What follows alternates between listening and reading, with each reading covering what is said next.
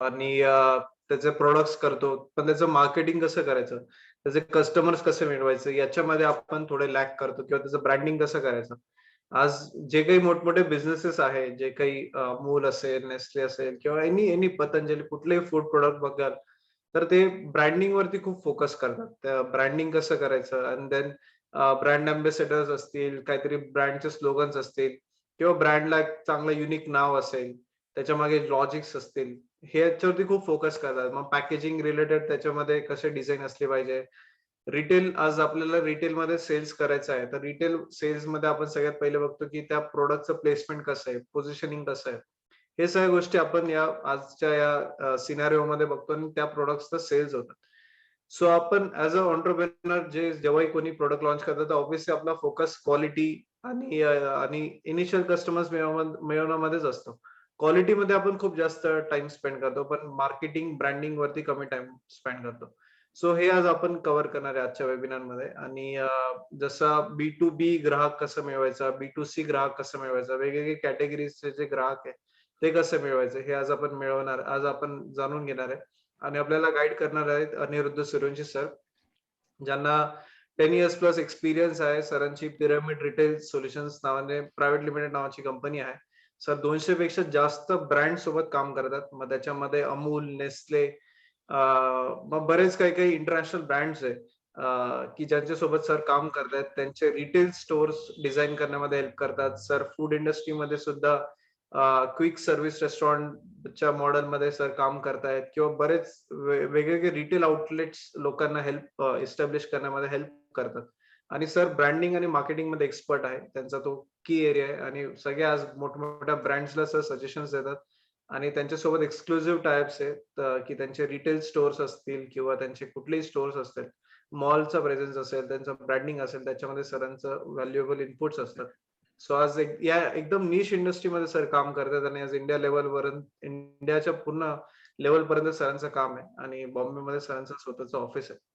So आज we have got great expertise आणि आपल्याला आज गाईडन्स करणार आहे याच्यामध्ये आणि उद्योगवर्धिनी बेसिकली या सगळ्या वेगवेगळ्या टॉपिक्सवरती वेबिनार कंडक्ट करत असतात. आम्ही वेगवेगळ्या विषयावरती लोकांना एज्युकेट करतो. लोकांना बिझनेस रिलेटेड आम्ही हेल्प करत असतो. आतापर्यंत 60,000 उद्योजकांना आम्ही उभं केलेलं आहे. आणि वेगवेगळ्या इंडस्ट्रीमध्ये आज आमचे उद्योजक काम करतात आणि आम्हाला 5 नॅशनल अवॉर्ड सुद्धा मिळालेले. या आमच्या सगळ्या गोष्टीमुळे.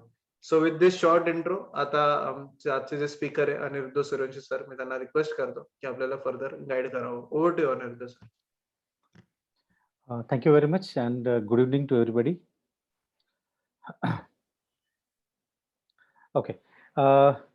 So basically आजचा जो आपला सब्जेक्ट आहे प्रोडक्ट मार्केटिंग और प्रोडक्ट सेल और we can say branding. Okay. So मी थोडक्यात सरांनी माझं इंट्रोडक्शन करून दिलं तरी मी तुम्हाला परत एकदा सांगतो की एक्झॅक्टली माझ्या कामाचं स्वरूप काय. So I take care of branding for all my clients. I'm working in this industry from last 22 years. आणि माझ्याकडे सध्या 200 पेक्षा जास्त ब्रँड्स आहेत ज्यांच्यावर मी अगदी क्लोजली काम करतो. मग त्याच्यामध्ये Amul, Coca Cola, Nestle, Asian Paints, Mother's Recipe, Ferrero हे सगळे माझे क्लायंट्स आहेत. जसे मोठे क्लायंट्स आहेत तसे छोटे पण क्लायंट्स आहेत. मोस्टली माझा जो बिझनेस आहे, माझ्या बिझनेसमध्ये माझे 3 प्रकारचे कामं असतात. एकतर मी ब्रँडिंग आणि प्रॉडक्ट मार्केटिंग बघतो.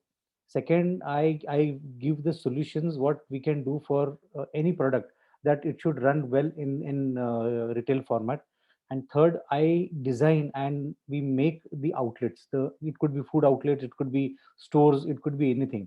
And like that, we work for Nestle Cafe, we work for Shopper Stop, Lifestyle.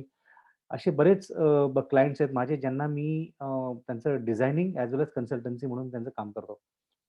तर सी द बेसिक हा जो आपला प्लॅटफॉर्म आहे ज्याच्यावर आपण हे सगळं आता डिस्कस करणार आहे. सो एक मुद्दा आपला असा असेल की आपण आपलं जे प्रॉडक्ट सेल करायचंय, ओके, सो ते आपण कसं सेल करायचं आणि ते सेल करण्यासाठी कुठले कुठले घटक आवश्यक आहेत. तर त्याचा पूर्ण एक स्टडी म्हणून एक ब्रँडिंगचा हा एक पूर्ण आपला एक चॅप्टर असतो. ॲक्चुअली हा पूर्ण कोर्स एक 5 दिवसाचा असतो आणि प्रत्येक दिवशी आपण वेगवेगळे टॉपिक त्याच्यामध्ये घेतो आणि त्याच्यावर अगदी डिटेलमध्ये अभ्यास करतो, इनफॅक्ट जितके पार्टिसिपंट्स त्याच्यामध्ये असतात, प्रत्येक पार्टिसिपंट्सवर वन टू वन आपण बोलतो. त्यांच्या प्रॉडक्टबद्दल जाणून घेतो आणि त्यांच्या प्रॉडक्टला कशी मदत करणार असेल, कशी मदत करता येईल त्याचाही आपण त्या ठिकाणी स्टडी करतो. आणि in fact not only within this course, even त्या कोर्स नंतर देखील मी प्रत्येक वेळा त्या स्टुडंट्सच्या बरोबर असतो, जेणेकरून त्यांना त्यांच्या फ्युचर लाईफमध्ये कधीही त्या प्रॉडक्ट संदर्भात किंवा मार्केटिंग संदर्भात कधीही काही हेल्प लागली, so I can guide them.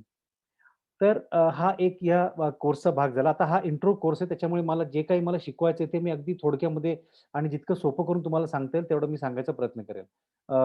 सगळ्याच्या सगळ्या गोष्टी कव्हर होणं शक्य नाही, पण जेवढं मला जास्तीत जास्त इम्पोर्टंट गोष्टी सांगता येतील त्या मी तुम्हाला सांगेन. सी काय होतंय, की जसं-जसं आपला काळ पुढे जातोय, तसं-तसं या सगळ्या गोष्टी जे आपण करतो, की आपण प्रॉडक्ट विकतो किंवा आपण प्रॉडक्ट विकत घेतो, आपण प्रॉडक्ट कन्झ्युम करतो, या प्रत्येक गोष्टीमध्ये काळानुसार बदल होत आलेले आहेत. जी गोष्ट 20 वर्षापूर्वी व्हायची, जी गोष्ट 10 वर्षापूर्वी व्हायची, आता त्याच्या आणि आपल्यामध्ये प्रचंड बदल पडलाय. म्हणजे अ, ज्यावेळेस मी कॉलेजमध्ये होतो, I am talking about in 90s. त्यावेळेस कॅसेट म्युझिकसाठी वापरली जायची. कॅसेट आली, कॅसेट नंतर सीडीने त्याचं रूपांतर केलं. जेव्हा सीडी आली तर आणि त्यावेळेस जेव्हा कॅसेट होती त्यावेळेस असं कधी वाटलं नव्हतं, की कॅसेट कधी भविष्यामध्ये पूर्णपणे वाईप आउट होईल. ओके. कारण त्याच्या अगोदर 20 वर्षापासून कॅसेट चालत आलेल्या आहेत. पण नंतर जेव्हा टेक्नॉलॉजी ॲडव्हान्स होत गेली, सीडीज आली. सीडीजचं प्रमाण आणि मग MP3, डी-व्ही-डी, ब्लू-रे वेगवेगळ्या प्रमाणात त्याचं झालं आणि आता त्याच्यानंतर आलाय ओ-टी-टी प्लॅटफॉर्म. ज्याने पूर्णपणे हे जे फिजिकल मल्टीमीडिया फॉर्मॅट्स होते, हे पूर्णपणे किल केले. तर ही काळाची गरज आहे. याच्यामध्ये कोणी काही करू शकत नाही. काळानुसार आपली इंडस्ट्री चेंज होते, आपल्या लोकांचे हॅबिट्स चेंज होतात आणि आपल्या लोकांना त्या प्रकारे स्वतःला अडॉप्ट करणं खूप जरुरी आहे. So the the main part of any business is adaptability. ती तुम्हाला एक लक्षात आलं असेल, की जेव्हा तुम्ही एखादा बिझनेस करतात, तर तो बिझनेस आपण काळानुसार आपल्याला चेंज करता येणं खूप गरजेचं आहे. तुम्ही पाहिलं असेल खूप मोठ्या-मोठ्या कंपन्या होत्या पूर्वी, पण काळानुसार त्या आता अस्तित्वात नाहीये.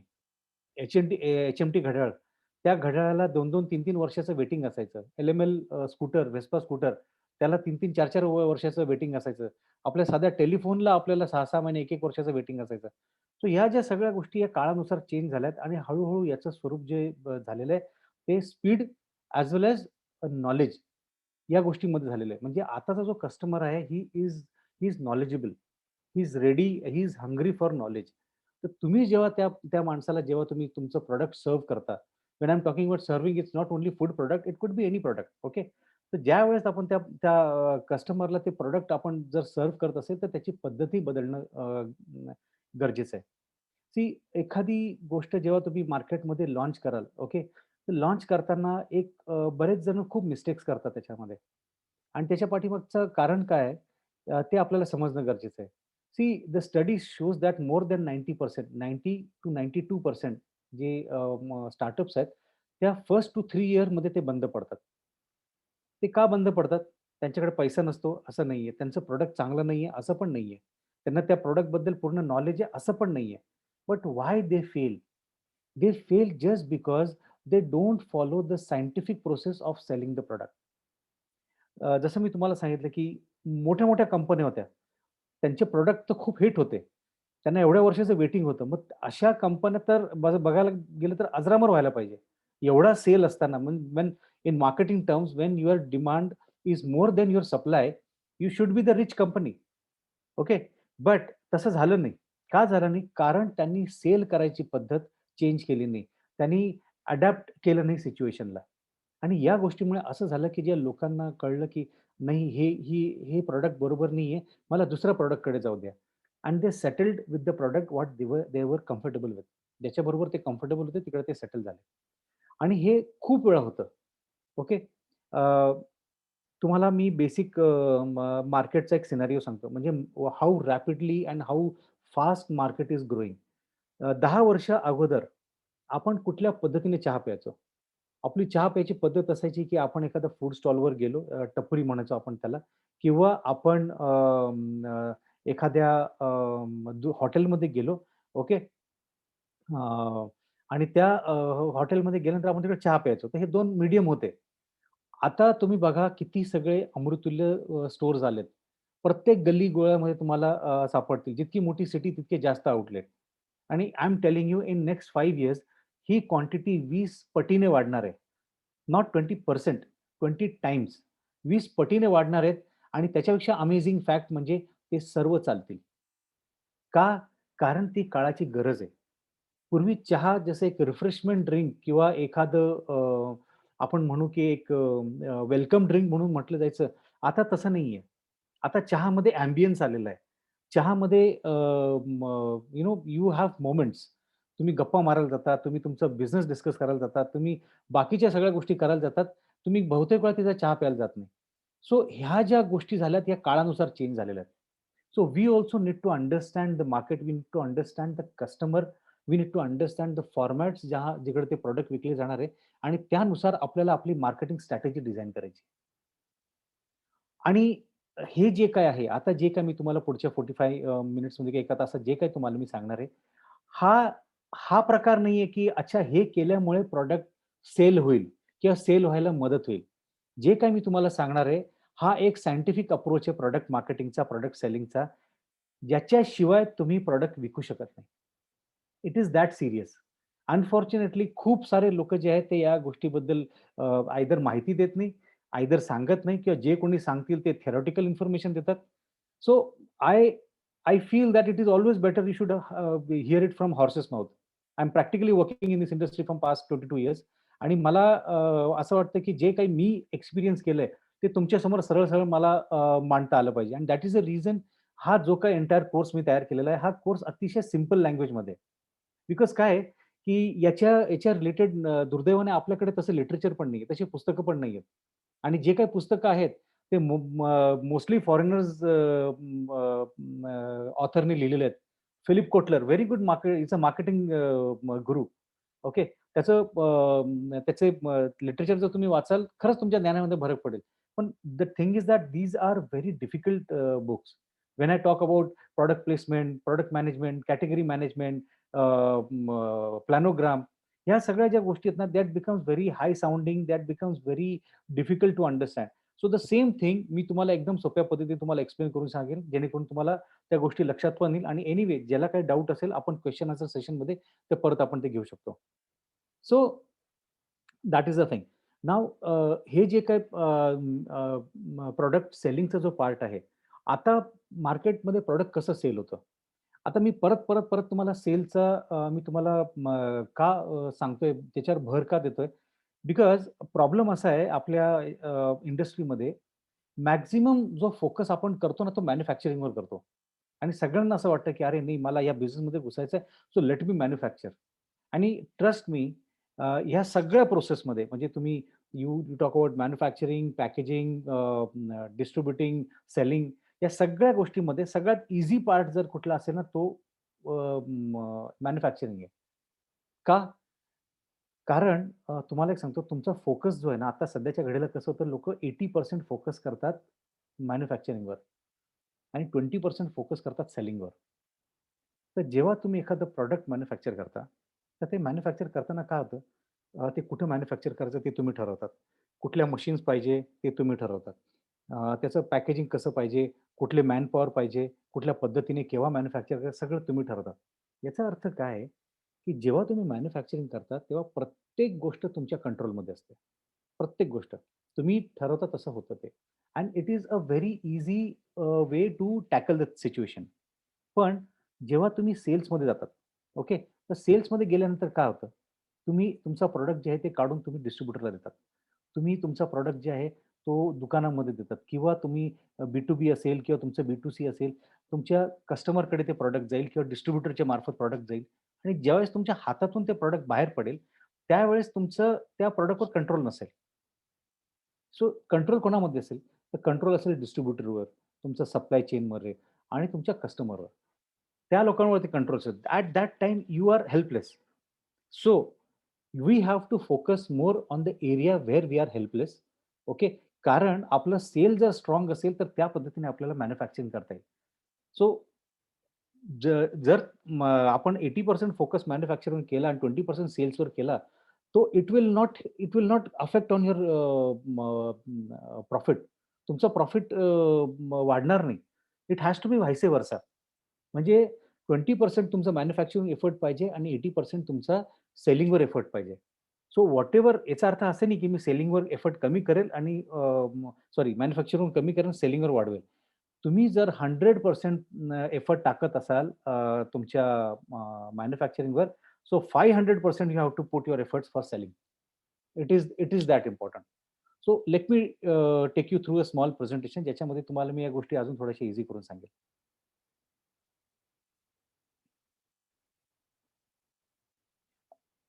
I hope you can see my screen. Yes, sir. Okay. So,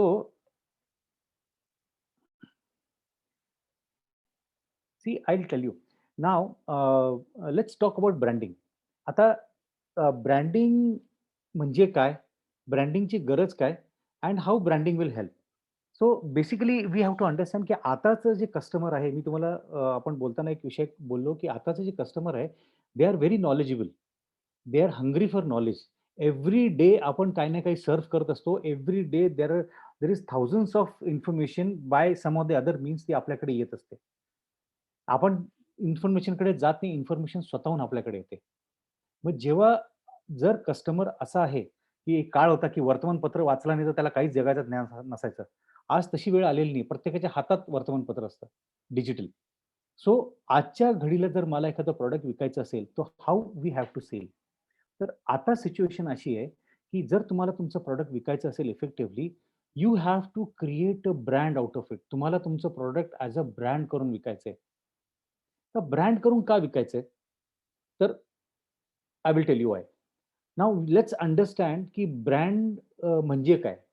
आता खूप लोकांचं मिसकन्सेप्शन असतं, की एखादा एखादा प्रॉडक्टची जाहिरात टीव्हीवर येते, म्हणजे तो ब्रँड, किंवा तो न्यूजपेपरमध्ये येते म्हणजे ब्रँड, किंवा त्याचे पोस्टर लावले असतात म्हणजे तो ब्रँड आहे. तर हे जे गोष्टी आहेत ना, ह्या ब्रँडिंगच्या काही गोष्टी आहेत, दॅट्स ओके. पण फक्त ते म्हणजे ब्रँड नाही.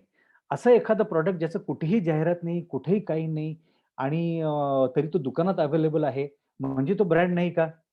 नाही, तसा नाही. तो पण ब्रँड आहे.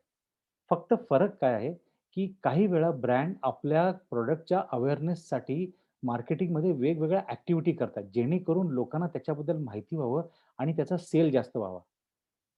काही प्रॉडक्ट असे असतात, की ते काही ॲक्टिव्हिटी करत नाही. पण तरी त्यांचा सेल होत असतो थोडा-थोडा. आणि काही प्रॉडक्ट असे असतात, की they are not even a brand. ते ॲज अ कमोडिटी म्हणून ते प्रॉडक्ट विकतात. म्हणजे फॉर एक्झाम्पल एखादा माणूस ब्रेड विकतोय. एका ट्रान्सपरंट बॅगमध्ये तुम्ही बघाल काही-काही वेळा ब्रेडचे पाकीट असे असते, की ते पूर्ण ट्रान्सपरंट बॅगमध्ये पॅक केलेला असतो आणि त्याला काही नाव-गाव नसतं. Nothing is mentioned on the packshot as well as packing or any information. आणि तुम्ही पण आपण बघतो, चला ब्रेड चांगल्या क्वालिटीचा आपण घेऊन जातो. त्याला आपण फक्त ब्रेड असंच म्हणतो. त्याला आपण कुठल्या नावाने हाक मारत नाही. So it becomes a commodity product. Okay. So आताचा कस्टमर कसा आहे ना, आताचा कस्टमरला ब्रँड पाहिजे. का? ब्रँड एक्सपेन्सिव्ह असतो? नाही. आता ब्रँड त्याच कॉस्टमध्ये येतो, त्या कॉस्टमध्ये आधी लोकल प्रॉडक्ट मिळायचे. Because of the competition cost has drastically come down. Okay. So difference of brand and non branded products. एखाद्या प्रॉडक्टचा ब्रँड नसणं, एखाद्या प्रॉडक्टचा ब्रँड असणं, याच्यामध्ये फरक काय? ओके. जेव्हा आपण म्हणतो अरे ब्रँडिंग, काही कित्येक वेळा मी पाहिले की लोकं एखाद्या पोस्टरला म्हणून बघतात, की अरे किती चांगलं ब्रँडिंग आहे, किंवा एखादं होर्डिंग असेल त्याला म्हणतात किती चांगलं ब्रँडिंग आहे. तर ते म्हणजे ब्रँडिंग नाही, तो ब्रँडिंगचा एक प्रकार झाला. Okay. Now let's understand what do we mean by brand? तर ब्रँड जे आहे ना, ते ब्रँड म्हणजे it is a communication platform between product and the consumer. आता कम्युनिकेशन प्लॅटफॉर्म म्हणजे काय? की जेव्हा एखादा कस्टमर प्रॉडक्ट घ्यायला जातो, तेव्हा त्याच्या मनामध्ये खूप विचार चाललेले असतात आणि त्या विचाराचे ॲव्हरेज जे काही येतं, त्याचा रिझल्ट होतो त्या गोष्टीच्या पर्चेसमध्ये, अदरवाईज नो. म्हणजे तो एखादा एखादा माणूस एखादा त्याला प्रॉडक्ट पर्चेस करायचं असेल, तर त्याच्या मनात विचार चालू असतात, की "अरे, मला हे प्रॉडक्ट घ्यायचं आहे का? मी हेच घेऊ का दुसरं कुठलं घेऊ? मागच्या वेळेस याचा मला अनुभव कसा होता? हे माझ्यासाठी चांगलं आहे का? हे मला गरजेचं आहे का?" असं सगळं करता ॲव्हरेज आउट जर इन्फॉर्मेशन पॉझिटिव्ह आली त्याच्या मनामध्ये, की अच्छा नाही ठीक आहे आपल्याला घ्यायला पाहिजे, तर तो ते प्रॉडक्ट उचलतो. And it all happens in your subconscious mind. So that is the reason when you create a brand, तुम्ही तो कस्टमर त्याच्याशी इंटरॅक्शन करतो त्याच्या मनामध्ये. That is the reason it is called as communication platform. Okay. आणि आता हे जाणून घ्यायचं की प्रॉडक्टला ब्रँडिंग का गरजेचं आहे? सो सी एक ब्रँड जेव्हा तुम्ही तयार करता, त्या ब्रँडच्या पाठीमागे ना खूप साऱ्या स्टोरीज तयार होतात. म्हणजे ब्रँड जेव्हा येतो तर तो आयडेंटिफिकेशन तयार करतो. आयडेंटिफिकेशन कसं? आता मी परत तुम्हाला ब्रेडचं उदाहरण देतो, की जसं तुम्ही बघा मार्केटमध्ये काही ब्रेड असतात, की ज्याला फक्त एका ट्रान्सपरंट बॅगमध्ये असतात आणि त्याला काहीच हे नसतं. मग नाव वगैरे नसतं, त्याच्यावर ब्रँड नसतो, लोगो नसतो, काहीच नसतो. मग हे जे प्रॉडक्ट आहे, हा जो प्रॉडक्ट आहे, याला एखाद्या कस्टमरने जर घेऊन गेला आणि त्याला तो खरंच आवडला, तो पुढच्या वेळी येताना तो दुकानदाराला विचारेल, की "अरे बाबा, तो ब्रेड कुठे?" त्याला बाकीचं काहीच सांगता येणार नाही. तो फक्त तोच विचारेल, की "अरे, तो ब्रेड होता, प्लास्टिकमध्ये होता, असं होतं, तसं होतं." But he will not able to identify किंवा त्याच्यासारखेच 4 अजून प्रॉडक्ट असतील, जे परत नॉन ब्रँडेड असतील, तर त्याला ओळखता येणार नाही कुठलं काय. तर जेव्हा तुम्ही एक ब्रँड तयार करता, तुम्ही त्याचं डिझाइन तयार करता, लोगो देतात, नाव देतात. So you create a identification. म्हणजे तुम्हाला ते प्रॉडक्ट आयडेंटिफाय करता येतं, की कुठलं प्रॉडक्ट कुठलं कसं आहे. And this is how it works. Now another thing जसं तुम्ही वेगवेगळे ब्रेड तुम्ही ट्राय करत असाल, त्यातला एक पर्टिक्युलर ब्रेड तुम्हाला जास्त आवडत असतो. तर तुम्ही जाऊन तो ब्रेड प्रत्येक वेळेस चेक करता, की तो पहिला आहे का बघू, तो नसेल तर मी दुसरं घेईन. So you you can create that identification because of the name, because of the packaging, and because of the brand they have created. So that is the reason brand एक महत्त्वाची गोष्ट करतो, की तो आयडेंटिफिकेशन क्रिएट करतो. Another thing it creates trust. बघा तुम्ही सगळेजण ट्रॅव्हल करता. ट्रॅव्हल करताना आपल्याला कधी तहान लागते. तहान लागते, आपण पाण्याची बाटली विकत घेतो. ₹20 ची पाण्याची बाटली विकत घेतो. आता त्याच्या बाजूला जर दुसरी एखादी बाटली असेल, पूर्ण पॅक असेल, पण त्याच्यावर काहीही नाव लिहिलेलं नसेल. मग भले ते ₹10 का असेना, ती जर कोणी तुम्हाला सेल करायचा प्रयत्न केला, तर तुम्ही नाही घेणार. तुम्ही का नाही घेणार? कारण यू विल फील की नको मला ह्या प्रॉडक्टवर मला ट्रस्ट आहे. भले त्या ब्रँडचं नाव तुम्ही आधी ऐकलेलं नसेल. असे बरेच प्रॉडक्ट मिळतात, की त्याचं प्रॉडक्टचं नाव आपण कधी ऐकलेलं नसतं. पण त्या क्षणी आपल्याला सगळ्यात जास्त त्यातल्या त्यात भरोश्याचा तो वाटतो. And that's why we prefer to take it. So this is what happens that brand creates trust. It creates trust factor. Third म्हणजे जेव्हा ब्रँड तुम्ही तयार करता, तेव्हा ब्रँड तयार केल्यानंतर तो मार्केटमध्ये जास्त वेळ टिकतो rather than non branded products. तुम्ही बघा पूर्वी आहे ना, आता तर हल्ली बऱ्याच गोष्टी ब्रँडेड यायला लागले. पूर्वी असं व्हायचं की समजा एखादं स्नॅक्सचं एक पाकीट आहे. ते स्नॅक्सचं पाकीट असंच नॉन ब्रँडेड विकलं जायचं प्लास्टिकच्या थैलीमध्ये पॅक करून, सील पॅक करून. मग त्याची जागा घेतली एका दुसऱ्या चांगल्या ब्रँडेड प्रॉडक्टने, ज्याचं पॅकिंग अतिशय चांगलं आहे, त्याच्यावरती दिसायला इमेजेस खूप चांगले आहेत आणि अशा प्रकारे ते प्रॉडक्ट विकायला सुरुवात केली. सो हळू-हळू काय होतं, की हे ब्रँडेड प्रॉडक्ट्स नॉन ब्रँडेड प्रॉडक्टला रिप्लेस करतात आणि नॉन ब्रँडेड प्रॉडक्ट्स मार्केटमधून ऑटोमॅटिक बाहेर चालले जातात.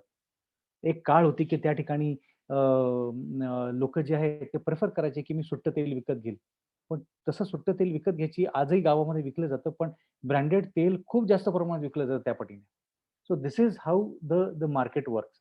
Now how branding helps the brand. Branding कशी हेल्प करते? जसं मी तुम्हाला सांगितलं आयडेंटिफिकेशन देते, ट्रस्ट देते. पण त्याच्या व्यतिरिक्त एक हे होतं, की ब्रँड जो आहे ना, ब्रँड एक प्रत्येकाच्या मनामध्ये ना, एक मेमरी तयार करतं. तो फिक्स बसतो. तो एक अवेअरनेस तयार करते. जेव्हा एखाद्या माणसाला एखादा ब्रँड आवडतो, तर तो त्याला रेफरल देतो दुसऱ्याला. तो सांगू शकतो, की "अरे, तुला माहिती तो ब्रेड वापरला होता मी. खूप चांगला ब्रेड आहे. तू पण ट्राय करून बघ." सो हे हे का होतं? कारण जेव्हा तो ब्रँड क्रिएट करतो, त्या माणसाला त्याचा विश्वास येतो, तो प्रॉडक्ट कन्झ्युम करतो. प्रॉडक्टही चांगलं असतं, त्याला आवडतं ते. सो त्याचे जे काही थॉट प्रोसेस असतात, ज्या थॉट प्रोसेस त्याने तो प्रॉडक्ट विकत घेतलेलं असतं, ते सक्सेसफुल होतं. आणि त्यावेळेस त्याला he gets that happiness, he gets that pleasure आणि ते प्लेजर तो सगळ्यांबरोबर शेअर करतो. तुम्ही जेव्हा तुमचा प्रॉडक्ट आज जर एक as a non branded product विकत असाल, पण जेव्हा तुम्ही त्याला एक ब्रँड म्हणून एस्टॅब्लिश कराल, तर तुम्हाला एक लक्षात येईल, की तुमचा जो स्टाफ आहे, तुमचा जो पूर्ण सिस्टम आहे, they also feel it motivated. कारण त्यांना माहिती आहे, की ते पर्टिक्युलर ब्रँडसाठी काम करताय. It creates lot of leadership qualities when it goes into the market. Another thing, it survives even if the competition is there. आता जसं मी सांगितलं, की एखादा एक ब्रँडेड प्रॉडक्ट जेव्हा येतो, तेव्हा तो दुसऱ्या नॉन ब्रँडेड प्रॉडक्टला रिप्लेस करतो. ओके. पण असं पण होतं, की जेव्हा कॉम्पिटिशन असते, खूप कॉम्पिटिशन आहे. जसं मी तुम्हाला ब्रेडचं परत उदाहरण देतो. एकच उदाहरण देतो म्हणजे पूर्ण थ्रूआउट प्रोसेसमध्ये तुम्हाला समजायला सोपं होईल. अ, कधी-कधी असं होईल, की ऑलरेडी 10 ब्रँड आहेत. पण त्या ठिकाणी परत आपण आपला ब्रँड जर त्या ठिकाणी टाकला, तर काय होईल? तर खूप लोकांना असं वाटतं, की अरे कॉम्पिटिशन असेल, तर कॉम्पिटिशनमुळे माझं प्रॉडक्ट सेल होणार नाही. आणि ही खूप चुकीची समज आहे. जिकडं सगळ्यात जास्त कॉम्पिटिशन असेल, तिकडं सगळ्यात जास्त सेल असेल. जास्त सेल आहे म्हणून कॉम्पिटिशन आहे. कारण लक्षात घ्या, we are blessed with very high population in our country आणि आपल्या सगळ्या लोकांना चॉईस पाहिजे. चॉईस पाहिजे शिवाय त्यांना त्यांना प्रॉडक्ट पाहिजे. त्याच्यामुळे जर सकाळी तुम्ही बघा एका दुकानामध्ये ते ब्रेडची जर पूर्ण भेली लागते, प्रत्येक ब्रँडचे 10-10, 15-15 पीसेस असतात. पण एंड ऑफ द डे संध्याकाळी सगळे संपतात. सगळ्या टाइपचे प्रॉडक्ट संपतात. का संपतात? कारण जसे जशा व्यक्ती तशा प्रवृत्ती. प्रत्येकाची चॉईस वेगळी आहे. प्रत्येकाची आवड वेगळी आहे आणि प्रत्येकाला ते प्रॉडक्ट पाहिजे असतं. त्यामुळे तुम्ही जेव्हा मार्केटमध्ये चांगलं प्रॉडक्ट लॉन्च कराल, तुम्ही त्याचं व्यवस्थित त्याचं ब्रँड तयार कराल, ते विकायला खूप सोपं जातं आणि even if there is a competition, it survives the market. Non branded markets non branded product survive नाही होणार. So this is how it helps. Then the drivers. आपल्याला अंडरस्टँड करायचं आहे, की आपल्या प्रॉडक्टचे ड्रायव्हर्स काय? सो ड्रायव्हर्स काय? Drivers is also known as U S P, unique selling point or unique selling proposition. म्हणजे मी कस्टमरला जेव्हा सांगणार, की माझ्या प्रॉडक्टमध्ये खास काय? ओके. ब्रेड. माझा ब्रेड सगळ्यात चांगला आहे, असं मला क्लायंटला सांगणं गरजेचं आहे. माझ्या कस्टमरला सांगणं गरजेचं आहे. जरी तो ब्रेड अतिशय ऑर्डिनरी असला, तरी मला ते सांगणं गरजेचं आहे, की माझा ब्रेड सगळ्यात चांगला आहे. ओके. का? कारण मला माझं प्रॉडक्ट विकायचंय आणि ते अतिशय इफिशियंटली विकायचंय. तर लक्षात घेणं गरजेचं आहे, की माझ्या प्रॉडक्टमध्ये चांगलं काय? त्याचं पॅकेजिंग चांगलं आहे, त्याचा तो ब्रेड सगळ्यात सॉफ्ट आहे, तो फ्रेश आहे, त्याची टेस्ट सगळ्यात चांगली आहे. मग तुम्हाला तो सर्च करून त्याचा फीडबॅक घ्यावा लागेल. मग काही लोकं म्हणतील मला म्हणजे जो प्रॉडक्ट तुमचा विकत घेईल, त्याच्याशी तुम्ही जर बोलाल कधी, की "अरे, तुम्ही प्रॉडक्ट का विकत घेतो?" तर तो तुम्हाला काहीतरी इन्साईट देईल, की "अरे, हा प्रॉडक्ट ना, हे ना चवीला चांगलं आहे इतरांपेक्षा." किंवा हे जे प्रॉडक्ट आहे ना, मी जेव्हा घेतो मला फ्रेश मिळतं. तर याचा अर्थ काय झाला, की फ्रेशनेस आणि त्याची टेस्ट ही त्याची यू-एस-पी झाली. हे त्याचे ड्रायव्हर्स झाले. म्हणजे जर मी लोकांना हे ड्रायव्हर्स जास्त पुश केले, तर जास्तीत जास्त लोकं ते प्रॉडक्ट घेतील. मग मला काय करायचंय? मला त्याच्या पॅकेजिंगवर मला ते मेन्शन करायचंय, की "this is the freshest bread. This is the taste is delicious." Okay. The best taste in town. अशा करून मला काहीतरी हे करायचं जेणेकरून लोकांना कळलं पाहिजे, की अरे हे प्रॉडक्ट खरंच चांगलं आहे. तुम्ही बघा एकाच सेगमेंटमध्ये म्हणजे असे तुम्हाला दिसतील, की ऑइल म्हणा, साबण किंवा बेव्हरेजेस खूप साऱ्या प्रॉडक्टचे जे क्लेम करतात नंबर 1. जर नंबर 1 असेल तर कोणीतरी एकच पाहिजे ना. पण तुम्हाला 10-12 असे प्रॉडक्ट सापडतील, की जे नंबर 1 म्हणून क्लेम करतात. So this is all you know this is all part of branding. This is all part of the drivers. कारण जेव्हा तुम्ही बघतात, तुम्हाला वाटतं नंबर 1 ठीक आहे, नंबर 1 म्हणजे चांगल्या क्वालिटीचं आहेच आणि तुम्ही विश्वास करून लगेच ते प्रॉडक्ट विकत घेतात. So that is how the branding will help. So you have to try your best, की तुम्हाला तुमचं प्रॉडक्ट एक ब्रँड बनवायचं आहे. नाऊ आय टेल यू की जसं आता हा एक प्रकार झाला ब्रँडचा. नाऊ हा जो माझा प्रॉडक्ट आहे, तो प्रॉडक्ट मी विकणार कुठे? It could be anything. It could B food product, it could B cosmetic, it could be clothing, apparels, electronics, anything. मला जाणून घेणं गरजेचं आहे, की मला माझा प्रॉडक्ट कुठल्या ठिकाणी विकला जाऊ शकतो. आता तर हे जिथं विकलं जाऊ शकतं ना, त्या ठिकाणचे फॉर्मॅट्स आहेत. तर टोटल 6 फॉर्मॅट्स आहेत. मोठे-मोठे. त्याच्या डिटेलमध्ये गेलं तर सब कॅटेगरी भरपूर आहेत. पण आपण 6 याच्यावर बोलूया. आणि हे प्रत्येक प्रॉडक्टसाठी वेगवेगळे फॉर्मॅट्स असतात असे. त्यातला एक फॉर्मॅट आहे सुपरमार्केट. सुपरमार्केट असं आहे की त्यामध्ये सगळ्या टाइपचे प्रॉडक्ट विकले जातात. It could be apparel, cosmetics, electronics, food, beverages, utensils सगळं काही. सुपरमार्केट खूप साइझने मोठं असतं आणि त्या ठिकाणी तुम्ही ट्रॉली घेऊन तुम्ही जाऊ शकता. वेळेचं बंधन नसतं. तुम्ही तुमच्या हिशोबाने सगळं पर्चेस करू शकता. त्याच्यानंतर येतं ऑर्गनाइज्ड रिटेल. ऑर्गनाइज्ड रिटेल म्हणजे काय? छोटं दुकान आणि सुपर मार्केट याच्यामध्ये एक साइजचं दुकान असतं, जे साधारणतः 1000-2000 स्क्वेअर फीटचं दुकान असतं आणि त्या दुकानामध्ये पण ट्रॉलीज असतात. पण याच्यामध्ये सगळं माल मिळत नाही. याच्यामध्ये तुम्हाला फूड एंड बेव्हरेजेस मिळतील, याच्यामध्ये तुम्हाला हाउसहोल्ड क्लीनिंग मिळतील गोष्टी, ओके. काही-काही ठिकाणी तुम्हाला थोड्याशा फॅन्सी गोष्टी मिळतील. तर ह्या स्टोअरमध्ये तशा गोष्टी मिळतील. तिसरं जे गोष्ट आहे that is general trade. General trade म्हणजे काय, की छोटं दुकान. म्हणजे फूड सेक्टरमध्ये बघायला ते किराणा दुकान किंवा एखादं छोटंसं एक्सेसरीजचं दुकान. हे सगळे दुकानं जे आहेत ना, त्याला त्याला म्हणतात जनरल ट्रेड. हा आपल्या भारतातला सगळ्यात मोठा ट्रेडिंग बिझनेस आहे. आणि आजही कुठल्याही जर कंपनीमध्ये तुम्ही गेला, तर 70% मोर दॅन 60% सेल त्याचा या फॉर्मॅटने होतो. Then supermarket. That is the reason it is very powerful, strong आणि ईझी फॉर्मॅट आहे. जर तुम्हाला थोडीशी काही गोष्ट पाहिजे असेल, तुम्हाला किराणा दुकानमधून जाणं घेणं जास्त सोयीस्कर आहे. का? कारण तिकडे बिलिंग वगैरे झंझट नाहीये. एक बिस्किट घेतलं, पैसे दिले, निघालो. सुपर मार्केटमध्ये तेच करायचं असेल, तर गाडी पार्क करा, आत जा, ते घ्या. मग त्या एका प्रॉडक्टसाठी तो भलं मोठं बिल देईल आपल्याला आणि मग तिकडून या. तर खूप लेंदी प्रोसेस होऊन जाते. So this is general trade. चौथा जो आहे that is a small shop. काही-काही शॉप असे असतात, की ते अगदी टपरी टाइप असतात. मग ते छोटंसं गॅरेज असेल किंवा छोटीशी टपरी असेल किंवा एखादी फूड स्टॉल असेल. So these stores are called as mom and pop store. म्हणजे छोटंसं दुकान जे एक एक सिंगल माणूस चालवतोय. ओके. तर हे जे शॉप असतात याच्यामध्ये अतिशय मोजक्या गरजेच्या आणि अ, कमी किमतीच्या गोष्टी त्या ठिकाणी मिळतात. इकडे तुम्हाला फॅन्सी एक्सपेन्सिव्ह स्टफ सापडणार नाही. तर त्याला म्हणतात मॉम एंड पॉप स्टोअर.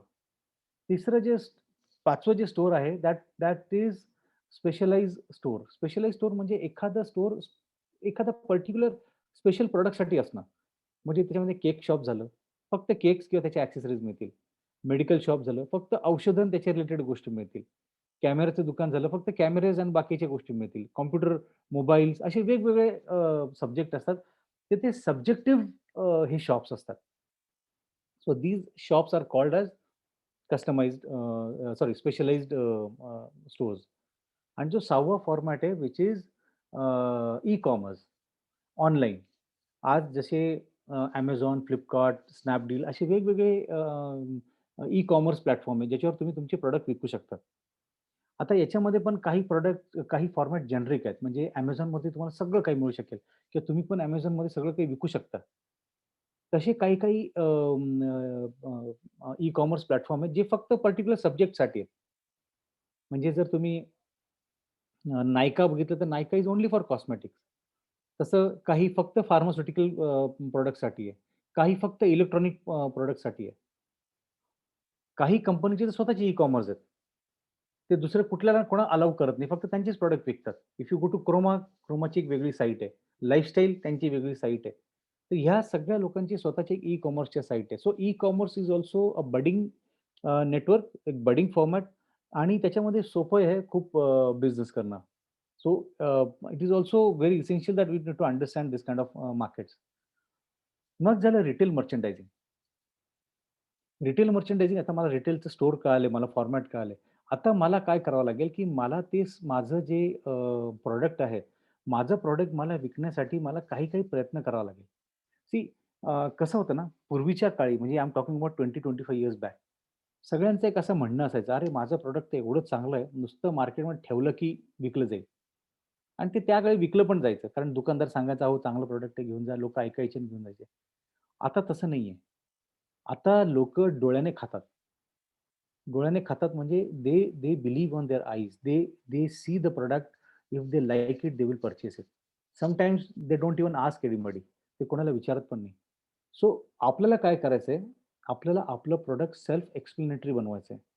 आपल्याला आपलं प्रॉडक्ट एवढं चांगल्या पद्धतीने लोकांना दाखवायचंय, की जेणेकरून त्यांना त्याच्याबद्दलची माहिती कळेल आणि हे कळणं खूप गरजेचं आहे. जर कळलं नाही, तर कोणीही ते प्रॉडक्ट विकत घेणार नाही. तुमचं प्रॉडक्ट चांगलं जरी असेल, तरी त्याला कोणी हात लावणार नाही. तुम्ही हे ऑब्झर्व्ह केलं असेल, की कधी-कधी एखादं प्रॉडक्ट खूप चांगलं आहे, पण ते प्रॉडक्ट विकलं जात नाही. ओके. आणि देअर इस अनदर प्रॉडक्ट जे थोडं सबस्टँडर्ड आहे, पण खूप जोरात विकलं जातंय. का असं? कारण it all depends the way you do the marketing. त्यामुळे तुमच्या लक्षात येईल. आता यानंतर जेव्हा तुम्ही मार्केटमध्ये जाल, तर तुम्हाला ना वेगवेगळ्या प्रकारची युनिट दिसतील. हे युनिट काय आहेत? हे डिस्प्ले युनिट्स आहेत. हे डिस्प्ले युनिट त्या प्रॉडक्टचा अवेअरनेस वाढवतात. त्या प्रॉडक्टबद्दल माहिती देतात आणि नुसतं माहिती देत नाही, तर ते प्रॉडक्ट विकायला मदत करतात. कसं? तर तुम्हाला मी समजून सांगतो. आता जसे हे प्रॉडक्ट्स आहेत, ओके. आता किंडर जॉयचं चॉकलेट आहे. These all product they are designed and manufactured by us. तर याच्यामध्ये कसं होतं, की आता समजा हा किंडर जॉय आहे, तुम्ही जर हे चॉकलेट पाहिलं असेल, तर एक छोटंसं अंड्याच्या शेपचं चॉकलेट असतं आणि लहान मुलांमध्ये खूप पॉप्युलर आहे. पण त्याचा आकार इतका छोटा आहे, की ते एवढं व्हिजिबल होत नाही. एवढ्या मोठ्या दुकानात ठेवणार कुठे? आणि जरी ठेवलं तरी ते दिसायला पाहिजे. मग अशा प्रकारची युनिट्स आम्ही बनवायचो त्यांच्यासाठी जेणेकरून त्याच्या आतमध्ये ते सगळं प्रॉडक्ट ठेवले, की ते हायलाइट होतील. मग हे जे कॅरेक्टर आहे, ह्या कॅरेक्टरचं नाव आहे किंडर तुम्हाला माहीत नसेल, पण तुमच्या मुलांना नक्की माहीत असेल. जे लहान मुलं असतील, त्यांना लगेच कळेल, की अरे हे किंडर जॉयचं प्रॉडक्ट मला पाहिजे. तर हे बघितल्या-बघितल्या त्यांच्या मनात क्युरिओसिटी निर्माण होते आणि इट रिझल्ट्स इंटू सेल. तर ह्या डिस्प्ले युनिटचा which is also called as merchandise याचं काम काय असतं, की मला ह्या प्रॉडक्टबद्दल जास्त इन्फॉर्मेशन द्यायची आहे. And that is how they give information आणि इन्फॉर्मेशन मिळायला कस्टमरला ते प्रॉडक्ट विकत घ्यायची इच्छा तयार होते. सो आपल्याला बऱ्याचदा हे फ्युचरमध्ये करावं लागेल, की जेव्हा माझं एखादं प्रॉडक्ट त्या ठिकाणी आहे, ओके. पण ते कस्टमरला कळावं, की ते का चांगलं आहे? ते का तुम्ही घ्यायला पाहिजे. तर त्याबद्दल आपण ते सांगायला पाहिजे. Similarly if you see Rasna fruit plus जेव्हा त्यांनी हे चालू केलं होतं, तर you know more fruit, more energy म्हणजे त्यांनी एका प्रकारचं तयार केलं, की याच्यामध्ये फ्रूट कंटेंट आहे आणि हे पिल्यावर तुम्हाला खूप एनर्जेटिक वाटेल. तर see this information with the fruit splash and everything ते बघितल्यावर तुम्हाला असं वाटतं, की अरे नाही मला मला ज्यूस प्यायला पाहिजे, आपण हे खायला पाहिजे. अशा प्रकारची इच्छा तयार होते. सिमिलरली तुम्ही जर बघाल दिवाळीमध्ये अ, खूप मोठ्या गिफ्टिंगचं काम चालतं. मग गिफ्टिंगच्या वेळेस मोठमोठ्या कंपन्या मोठमोठ्या डिस्प्ले बनवतात. तसा हा Ferrero Rocherचा डिस्प्ले आहे. ओके. Ferrero Rocher अतिशय महागडं चॉकलेट आहे आणि त्याचं Diwali, new year, Christmas, Valentine यावेळेस त्याचा खप खूप जास्त होतो. मग त्यामुळे त्या अशा वेळेस ते वेगवेगळे सेटअप बनवतात. Similarly with Kinder Joy. या सेटअपचं कारण काय असतं? बघा, हे बघण्याचे 2 कारण आहेत. तुम्हाला असं वाटत असेल, की अरे, या मोठ्या कंपन्या आहेत, यांना तर पॉसिबल आहे. आपण छोटी कंपनी आपण कसं करावं? तर ती गोष्ट नाहीये. You have to see other point of view, की या एवढ्या मोठ्या कंपन्या तरी त्यांना गरज आहे करायची. कारण त्यांना माहिती आहे, जर मी नाही केलं, तर माझं प्रॉडक्ट विकलं जाणार नाही. So you cannot lack it behind. तुम्ही तुमच्या परीने, तुमच्या बजेटनुसार, तुमच्या गरजेनुसार तुम्ही एखादा डिस्प्ले युनिट तुम्ही रेडी करून त्या ठिकाणी विकू शकता, ठेवू शकता, जेणेकरून कस्टमरला तुमच्या प्रॉडक्टबद्दल कळलं पाहिजे. And this we have to do and it goes with any product. It not only food product. You go for apparel, you go for electronics, you go for clothing, footwear, anything. So product हे करण्यासाठी आपल्याला त्याचा ambience, त्याच्याबद्दलचं knowledge हे आपलं तिथं display करावं लागतं. तुम्ही खूप ठिकाणी दुकानात पाहिलं असेल, की अशा प्रकारचे डीलर बोर्ड्स लागतात. हे डीलर बोर्ड्स जे आहे, हे पण एक ॲडव्हर्टायझिंगचं माध्यम आहे आणि हे बघितल्यानंतर कस्टमरला पण त्याबद्दलची उत्सुकता निर्माण होते आणि it is a very highly effective medium. एखाद्या दुकानावर जर बोर्ड लावला, तर त्या प्रॉडक्टचा सेल त्या ठिकाणी खूप वाढतो. कारण येणारा जेव्हा त्या दुकानात येतो, तो डीलर बोर्ड बघून येतो आणि त्याला जेव्हा एखादं प्रॉडक्ट घ्यायचं असेल, म्हणजे समजा आता गोवर्धन आहे, त्यांना दही घ्यायचं असेल, बाय सबकॉन्शियस माइंडमध्ये ते जातं आणि त्यांना असं वाटतं, की दही असताना तिकडे दिसलं गोवर्धन, की ते पिकअप करून घेतो तो. भले ते बोर्ड नसतं, तर दुसरं कुठलं घेतलं असतं त्याने. आणि it all happens subconsciously. Now जसं आपण स्टेप बाय स्टेप गेलो. मी तुम्हाला ब्रँडबद्दलचं इन्फॉर्मेशन सांगितली, का ब्रँड होणं गरजेचं आहे. दुसरी गोष्ट आपण कुठे प्रॉडक्ट विकतो, कशा पद्धतीने ते विकलं गेलं पाहिजे. आता तिसरी गोष्ट जी कोणाला विकतो आपण, तर त्याच्याबद्दल आपल्याला समजणं गरजेचं आहे. ओके. तर ज्या मंदिरात जातो आपण, त्या देवाबद्दल माहिती पाहिजे की नाही आपल्याला? ओके. नाहीतर आपण जाऊन तिकडे पूजा करू त्याला काही अर्थ नाहीये. So customer, we need to understand our target customer. Okay.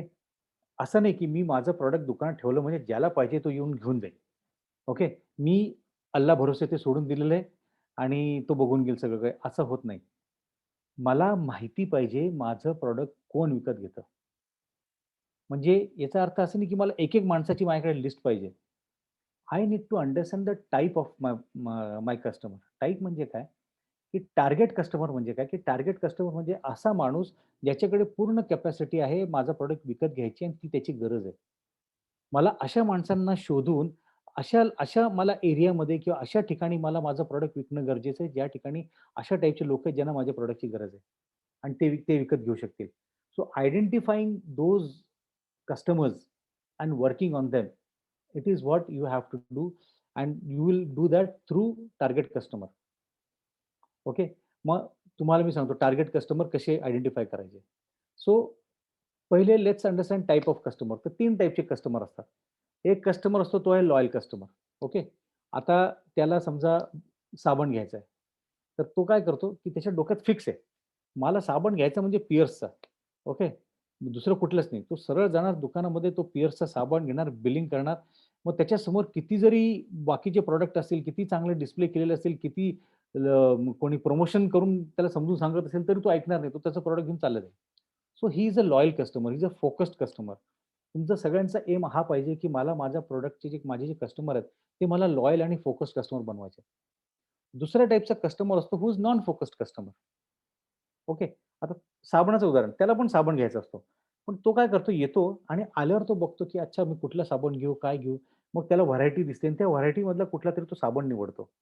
त्याचं असं काही नसतं, की मला पिअर्सच पाहिजे. तो तो ठरवतो, की हां, ठीक आहे, मला या ठिकाणी हा चांगला वाटतो, मी हा घेऊन जातो.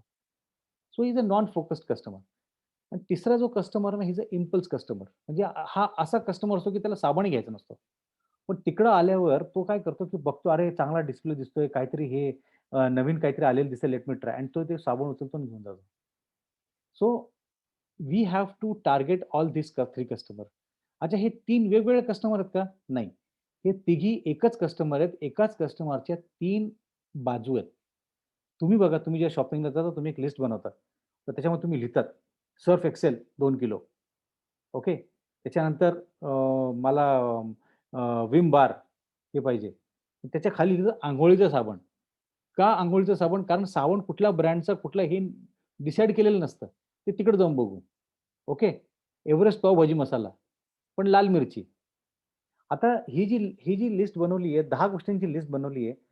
तुम्हाला आढळ असं कधीच होत नाही, की 10 गेलो आणि 10च घेऊन आलो. 10 गेलो तर 12 किंवा 15 गोष्टी येतातच लिस्टमध्ये. हे का होतात?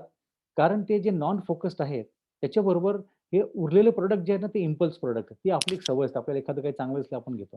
So these are the 3 type of customers. आता ह्या कस्टमरमध्ये मला माझे कस्टमर ओळखायचे आहेत. मग माझे कस्टमर मला कसे ओळखायचे? तर मी माझ्या प्रॉडक्टनुसार ओळखणार, की माझं प्रॉडक्ट कोणासाठी बनलंय. So let me understand the psychographic and demographic of that customer. So what do you mean by psychographics and demographics? एखादं प्रॉडक्ट कोण विकत घेऊ शकतं? समजा माझं प्रॉडक्ट आहे फॉर एक्झाम्पल साबण. ओके. आता तुम्ही बघा जे हँडमेड सोप आहेत. Handmade soaps are they are in now. त्यांना खूप डिमांड आहे. माझा एक क्लायंट आहे NASA. त्याचा जो हँडमेड सोप आहे, इट इज ₹350 चा एक साबण. Can you believe? आणि त्याची जी रेंज आहे, रेंज एक साधारणतः 250 पासून चालू होते, तर ₹350-400 पर्यंत त्याचे साबण आहेत.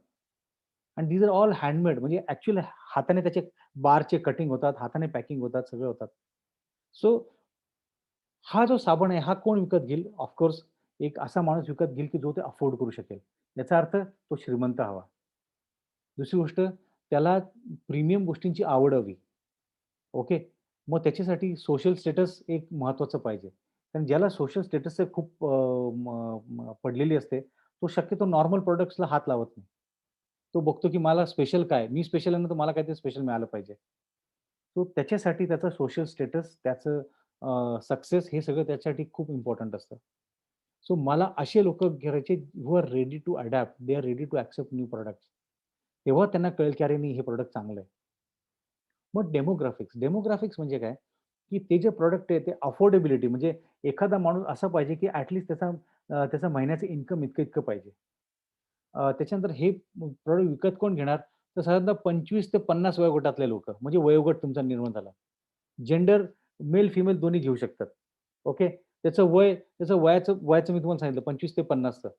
त्याच्यानंतर त्याच्या बाकीच्या आवडी-निवडी, ह्या सगळ्या ज्या गोष्टी आहेत ना, या सगळ्या गोष्टी मायने करतात, की मला माझं प्रॉडक्ट विकत घेण्यासाठी कुठल्या टाइपचं कस्टमर पाहिजे.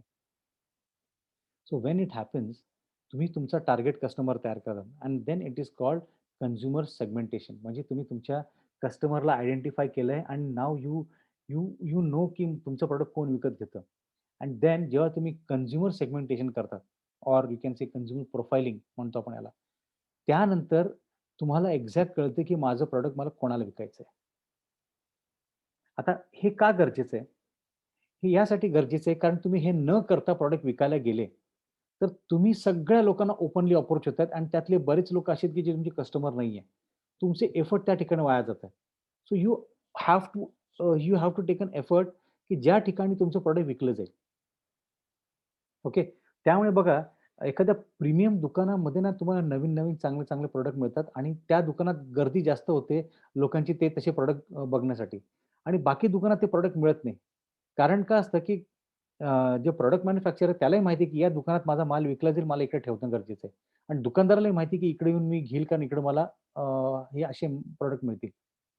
So that is the reason we have to understand our customer very carefully. तुम्ही बघा, की आता 2 कार आहेत. Okay. You have Mercedes. Okay. You also have WagonR. दोघे व्हेइकल आहेत. दोघांची एकच प्रोसेस आहे, की दोघांना एका डेस्टिनेशनहून दुसऱ्या डेस्टिनेशनहून नेता येतं. ओके. पण दोघांच्या कॉस्टमध्ये जमीन-आसमानचा फरक आहे. काही पटीचा फरक आहे. इनफॅक्ट मी म्हणेल 10 पटीपेक्षा जास्तचा फरक आहे. तो का असं? बिकॉज प्रॉब्लेम असा आहे याच्यामध्ये, की प्रत्येक प्रॉडक्ट ना काही-काही म्हणजे प्रत्येक प्रॉडक्ट वेगवेगळ्या सेगमेंटसाठी बनवलं गेलेलं आहे. त्याचा कस्टमर प्रोफाइल वेगळा आहे, याचा कस्टमर प्रोफाइल वेगळा आहे. प्रॉडक्ट कमी जास्तचा प्रश्न नाहीये, पण या ठिकाणी कस्टमर प्रोफाइलिंगचा फरक येतो. एक एक एक जो प्रॉडक्ट आहे त्याचा त्याचा कन्झ्युमर वेगळा आहे, याचा कन्झ्युमर वेगळा आहे. तर हे जर आयडेंटिफाय जर नाही केलं, तर ते प्रॉडक्ट विकता येणार नाही. ज्याला Mercedes पाहिजे, तो वॅगनआर घेणार नाही. ज्याला वॅगनआर घ्यायची आहे, तो Mercedes घेणार नाही. ते 2 वेगळे कस्टमर्स आहेत. So we have to understand our customer and then accordingly plan our strategy.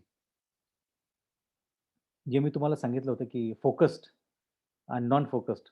So 5% our purchase happens which is conscious mind. जे फोकस्ड आहे, की मला जाऊन पिअर्सचा साबण घ्यायचा आहे.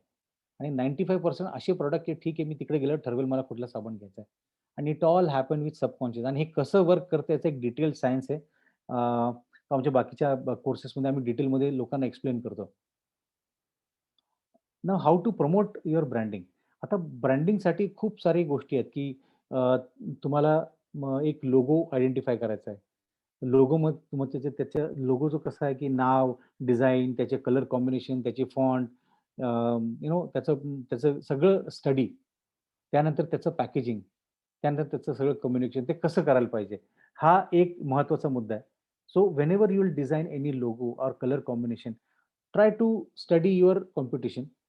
Make your logo very simple and subtle.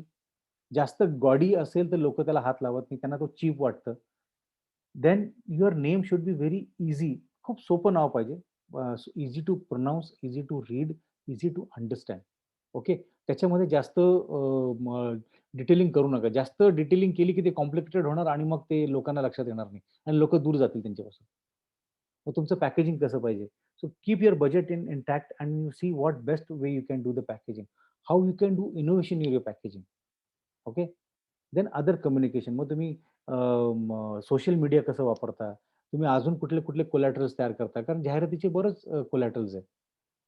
त्यानंतर त्याचा दुसरा मुद्दा येतो प्रॉडक्ट प्लेसमेंट. जेव्हा एखादं प्रॉडक्ट एखाद्या रिटेल मार्केटमध्ये विकलं जातं, तर ते कुठे ठेवतात यालाही खूप गरजेचं आहे समजणं. That is called product placement. कारण कस्टमर जेव्हा एखादं प्रॉडक्ट विकत घेतो, तर त्याला ते दिसलं पाहिजे, त्याला अंडरस्टँड झालं पाहिजे. जर कधी तो स्वतः शोधत असेल, तर त्याला ते सापडलं गेलं पाहिजे. So there is a big science which is known as product placement आणि ते कसं करतात त्याचं पण एक पद्धत आहे. Then comes category management. What is category?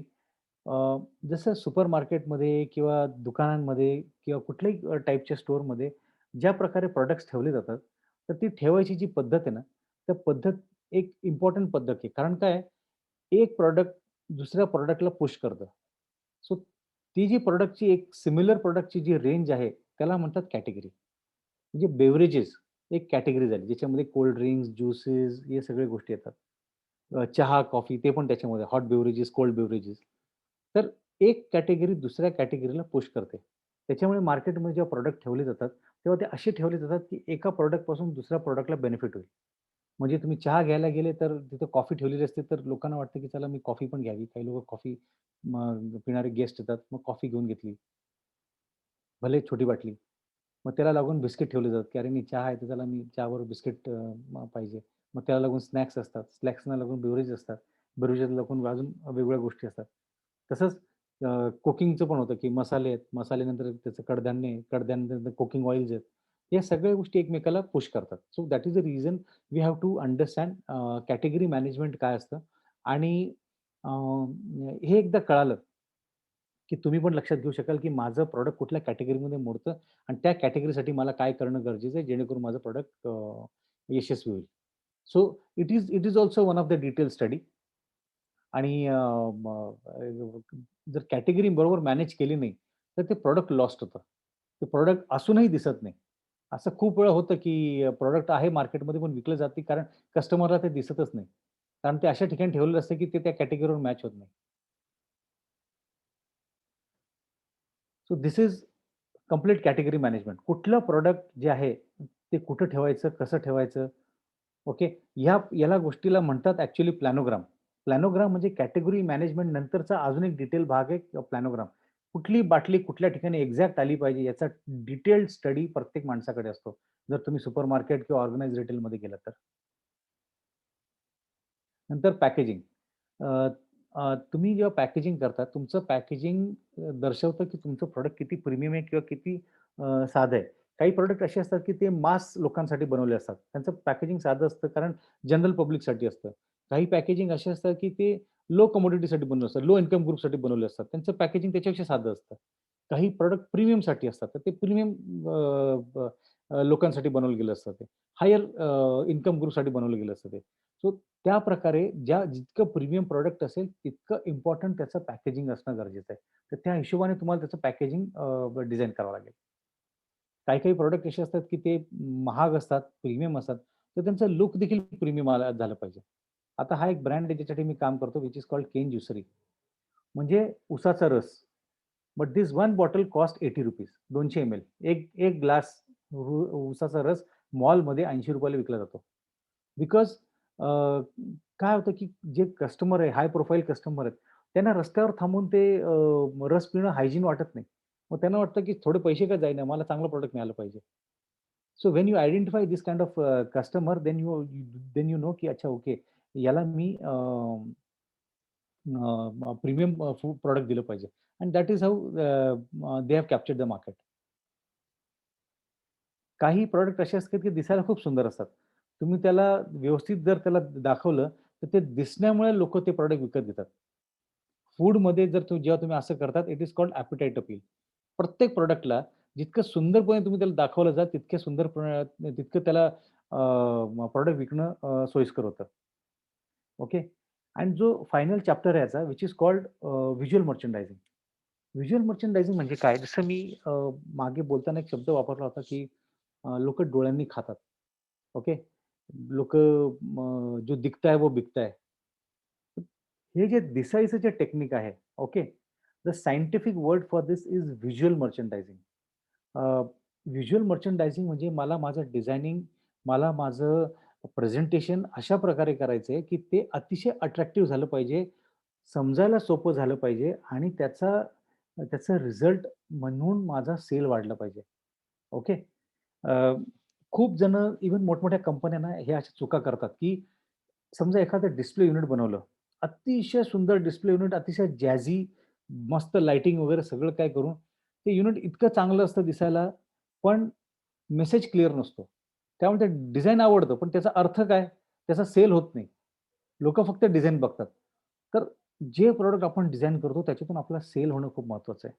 We have to do something to sell our product आणि त्याच्यासाठी आपल्याला व्हिज्युअल मर्चंडायझिंगची आधार घेणं गरजेचं आहे. So what do you mean by visual merchandising? So visual merchandising is a science of designing your stuff, presenting your stuff. तुम्ही जर तुमचं पॅकेजिंग डिझाइन करत असाल, तर ते अशा पद्धतीने डिझाइन करा, की ते खूप अट्रॅक्टिव्ह पाहिजे. त्याच्यामध्ये नुसतं अट्रॅक्टिव्ह नाही, तर ते दिसायला चांगलं पाहिजे, समजायला सोपं पाहिजे. जितकं सोपं समजता येईल, करता येईल, ईझी करता येईल, तेवढं ते प्रॉडक्ट जास्त पॉप्युलर होईल. आता हे जे युनिट्स आहेत, अशा प्रकारचे युनिट्स आम्ही करतो. अ, इथं काय होतं, की हे एक्झिस्टिंग युनिट आहे. आधीचच हे जे युनिट आहेत, त्या युनिटला फक्त प्रिंट्स लावल्यात सगळ्या बाजूने. हे का लावल्यात? कारण हे प्रॉडक्ट लॉन्च झाले नवीन आणि हे कस्टमरला कळावं म्हणून, की "अरे, हे नवीन प्रॉडक्ट लॉन्च झाले, तू ट्राय करून बघ." मग ज्यावेळेस ते येतात, त्यांना ते बघतात, त्यांना क्युरिओसिटी वाटते आणि त्यांना वाटतं, "चला, मी ट्राय करून बघूया." आणि असं ट्राय करण्यामध्ये प्रचंड प्रॉडक्टचा सेल होतो. तुम्ही बघाल, की बऱ्याचदा काही प्रॉडक्ट असतात, की त्याच्याबरोबर एखादा सेलिब्रिटी अटॅच असतो. मग तो क्रिकेटर असेल, तो तो फिल्म स्टार असेल, तो सिंगर असेल, एखादा पॉलिटिशियन असेल, जे काय असेल. ते सेलिब्रिटी ॲड केल्यावर काय होतं, की त्याचं जे काही वेटेज आहे, त्याचं जे काही फेम आहे, ते त्या प्रॉडक्टला हेल्प होतं त्याचं. सिमिलरली काही ठिकाणी ह्युमर वापरला जातो. जसं आता Coca-Cola कॅन आहे. हो, Coca-Cola कॅनचा जो हा ब्रँड आहे, it's a very famous brand. याला Coca-Cola ब्रँड म्हणतात. तर जेव्हा लाँग कॅन आली मार्केटमध्ये, तर त्यांनी त्याला जिराफचं लूक दिलं आणि अशा प्रकारे त्यांनी सांगितलं, की आमचा जो कॅन आहे, तो लाँग कॅन आहे. So they have created humour into it. They have put in humour into it. तर अशा प्रकारे जेव्हा तुम्ही तुमचं व्हिज्युअल मर्चंडायझिंग करतात, तेव्हा ह्या गोष्टी मेमोराईज होतात. या गोष्टी लक्षात राहतात. या गोष्टी पॉप्युलर होतात. बऱ्याचदा तुम्ही बघा पॅकेजिंग जे करतात, ते पॅकेजिंग इतकं अट्रॅक्टिव्ह करतात, की त्याच्या आतलं जे प्रॉडक्ट आहे त्याच्यापेक्षा जास्त सुंदर ते पॅकेजिंग असतं. So regarding this, there is a small video I would like to show you regarding brand. So what do you mean by brand? How the brand is branding is happening?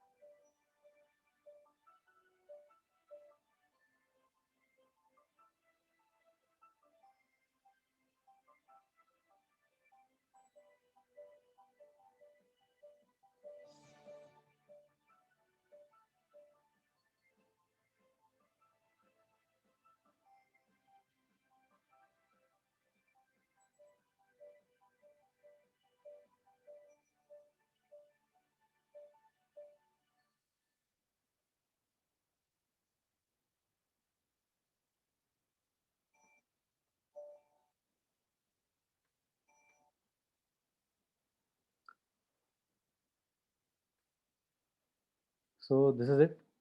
So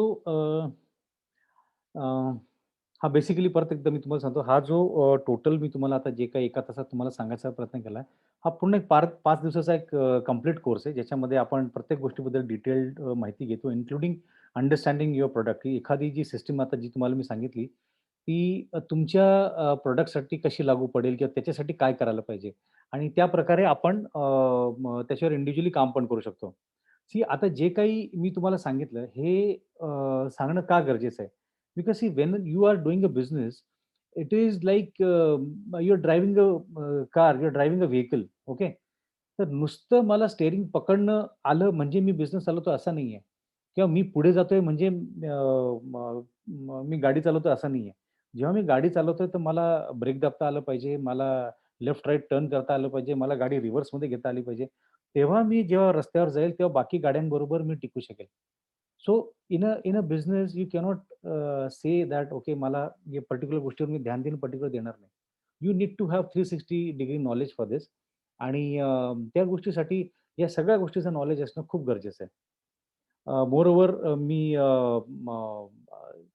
अशी आशा करतो की तुम्हाला बऱ्याचशा गोष्टी clear झाल्या असतील. जर नाही झालं तर तुम्ही मला आता विचारू शकता. मी माझ्या परीने पूर्ण तुम्हाला समजायचा प्रयत्न करेल. Anybody has any doubts, you can unmute yourself and you can ask me. Yes, thank you so much, sir, for such a nice guidance. तुम्ही ओके, काही लोक हँड रेज करत आहे, चालेल. तर आम्ही तुमचे क्वेश्चन्स घेऊ शकतो once you raise your hands. आणि ऑल्सो काही लोकांनी चॅटमध्ये प्रश्न विचारले आहेत, तर मी त्यांचे प्रश्न घेते. एक रिसेंट प्रश्न हा आलाय सर, की नव्याने बिझनेस करायचा आहे, तर म्हणजे स्टार्ट कसं करायचं? टू म्हणजे आपलं ब्रँडचं डेव्हलपमेंट कसं सुरू करायचं? मी फर्स्ट ऑफ ऑल तुमचं जर तुमचं प्रॉडक्ट आयडेंटिफाय झालं असेल, तर first thing you do the research. थोडा वेळ 2-3 महिने त्या प्रॉडक्टच्या रिसर्चसाठी स्पेंड करा. म्हणजे त्याचं कॉम्पिटिशन कुठे आहे? त्याचं कॉम्पिटिशन काय-काय करतंय? त्या प्रॉडक्टसाठी लागणारं रॉ मटेरियल कुठे मिळतंय? किंवा मला जर ते प्रॉडक्ट लोकांना विकायचं असेल, तर कुठल्या टाइपचे लोकं आहेत? म्हणजे जसं मी टार्गेट ऑडियन्स तुम्हाला सांगितलं, you try to identify that. मी कोणाला विकणार आहे आणि कोण कुठल्या मार्फत विकलं जाईल, हे जेव्हा तुमचं क्लिअर होईल ना, तर त्यानंतर तुम्हाला प्रॉडक्ट विकणं पहिल्यांदा लक्षात येईल. आणि परत मी एकदा सांगतो माय फ्रेंड्स, की तुम्हाला प्रॉडक्ट विकण्याकडे जास्त फोकस करायचा आहे मॅन्युफॅक्चरिंगपेक्षा. मॅन्युफॅक्चरिंग तुम्हाला कोणीही करून देईल. ओके. प्रेफरेबल हेच आहे, की सुरुवातीला तुम्ही जो कोणी मॅन्युफॅक्चर करतो त्याच्याकडनं ते प्रॉडक्ट विकत घेऊन ट्रेडिंगचा प्रयत्न करा. जेव्हा तुम्ही ट्रेडिंग कराल, तर त्यावेळेस तुमची रिस्क, तुमची लायबिलिटी, तुमचं एक्सपेंडिचर कमी आहे. तुम्ही स्टार्टअप असाल, तर स्टार्टअपवर तुम्हाला एकदम जास्त खर्च करू नका. हळू-हळू स्टेप बाय स्टेप जा. ज्या दिवशी तुम्हाला असं वाटेल, की अच्छा ठीक आहे, मी एक रिझनेबल अमाउंट ऑफ प्रॉडक्ट मी सेल करतोय, त्यावेळेस you can think of manufacturing also. So understand your product, study the competition, and study the customer. Okay sir, thank you so much. हेमंतनी हँड रेज केला आहे. तर हेमंत सर, तुम्ही आपला doubt विचारू शकता. मी तुम्हाला म्यूट करायचा ऑप्शन दिला आहे, अनम्यूट करायचा. Okay. हॅलो. Yeah. हा सर, माझं अगरबत्तीचं प्रोडक्ट आहे ऑलरेडी. मी मॅन्युफॅक्चरिंग करतो, मशीन आहे माझ्याकडे. Okay. तर मी भेटलो 1-2 जणांना की जे माझं प्रोडक्ट चांगलं काहीतरी मार्केटमध्ये मला चान्स उपलब्ध करून देतील बुवा. त्यांचं असं म्हणणं आहे की ट्रेडमार्क वगैरे करून घ्या तुम्ही तुमचं प्रोडक्ट. माझं मी प्रभुप्रीत नावाने चालू केलंय. बरं. आणि त्याची पॅकिंग आहे की मी पाहिलं की जेवढे ब्रँडेड प्रोडक्ट आहेत त्याची पॅकिंग अतिशय म्हणजे साधी, व्यवस्थित, म्हणजे ब्राऊन कलरचा बॉक्स आणि त्याच्यावरती गोल्डन कलरची प्रिंट, असं एकदम साधे प्रोडक्ट आहेत बरेचसे जे ब्रँडेड आहेत. तर त्याची पॅकिंग कशी ठेवायला पाहिजे बा आपण? असं सी जे काही असे बल्की पण आहेत प्रोडक्ट मार्केटमध्ये. सॉरी, काय म्हणताय? जे प्रोडक्टची जी पॅकिंग जी आहेत ना आपली, ती मार्केटमध्ये दोन्ही पद्धतीची दिसते. एक बल्किश पण दिसते आणि एक सोबर पण दिसते, एक साधी आणि सोबर. तर ते प्रोडक्टची पॅकिंग कशी ठेवायची ना, हे मला समजत नाही. काही प्रोडक्ट असतात सर की जे साधं खोका असेल त्याच्यावरती गोल्डन कलरची इम्बॉसिंग करून ते पॅकिंग बनवलेली असते त्यांनी. पण ते मार्केटमध्ये ब्रँडेड असतात खूप चांगल्या हम्म, पद्धतीचे. हम्म. मला असं वाटतं तुम्ही आहे ना याच्यासाठी तुम्ही तुमचा कस्टमर स्टडी करा की तुमचं प्रोडक्ट कोण घेते आजच्या घडीला. तुम्हाला असं वाटत असेल की माझं प्रोडक्ट जे आहे ते मार्केटपेक्षा स्वस्त कॉस्टमध्ये आहे, कमी कॉस्टमध्ये आणि मी मास म्हणजे आपण म्हणतो ना की मध्यमवर्गीय लोकांना मी विकतोय. तर त्यासाठी लागणारं जे पॅकेजिंग आहे त्या पद्धतीने तुम्ही हे करा. ओके. त्या पद्धतीने तुमचं पॅकेजिंग करा. जे आतापर्यंत जे मी पाहिलं जे जे पुठ्ठ्याचे पॅकेजिंग असतात जे बॉक्समध्ये आणि त्याच्या बॉक्समध्ये अजून एक पॉलिथिनमध्ये आपल्या अगरबत्त्या ठेवल्या असतात. तर ते एक डिसेंट टाईपचं पॅकेजिंग मला वाटतं. कारण मी पण जितक्या लोकांना मी पाहिलं पर्चेस करताना अगरबत्त्या वेगवेगळ्या फॉर्मॅटमध्ये येतात, वेगवेगळ्या पॅकेजिंगमध्ये येतात. पण आणि ते सर्व चालतात. तर तुमचं पॅकेजिंग जे असेल तुम्ही जर त्याला चांगलं सोबर करायचा प्रयत्न केला तर तुम्ही त्याला एक प्रीमियम लूक देऊ शकता. ज्यावेळेस तुम्ही त्याला प्रीमियम लूक देतात ना, तर त्यावेळेस तुम्ही त्याला एक एक्स्ट्रा पण चार्ज करू शकतात. कारण ते प्रीमियम दिसतं मग लोकांना वाटतं की याची क्वालिटी चांगली आहे. हे महाग आहे याचा अर्थ हे बरोबर आहे. So that you can do. तुम्ही त्याचा प्रयत्न करू शकता. सो जर तुमचं जर प्रॉडक्ट ऑलरेडी एस्टॅब्लिश आहे, तर थोडासा तुम्ही त्याच्यावर थोडा खर्च करा, चांगला डिझाइन करून घ्या आणि चांगलं त्याचं पॅकेजिंग करून घ्या आणि जेव्हा तुम्ही त्याला एक चांगला लूक द्याल, एक एक प्रोफेशनल लूक द्याल, तर हां. तो प्रॉडक्ट विकायला अजून जास्त फायदा होईल. तर स्टडी करा मार्केटमध्ये की कशा-कशा प्रकारचे प्रॉडक्ट विकले जातायत. काही जण असे असतात की त्या प्रॉडक्ट बरोबर काही मॅच बॉक्स वगैरे फ्री देतात किंवा काही असतं त्याच्याबरोबर ते अजून स्टँड फ्री. स्टँड वगैरे देतात. तर असं काही करून तुम्हाला कस्टमरला अजून अट्रॅक्ट करता येत असेल तर त्याचा प्रयत्न करा. सर मला समजा भेटायचं असेल समजा याच्याविषयी तर भेटू शकतो का बघा तुम्हाला? उद्योगवर्धिनीकडे माझा नंबर आहे, माझा कॉन्टॅक्ट डिटेल्स आहे, ईमेल आयडी पण आहे.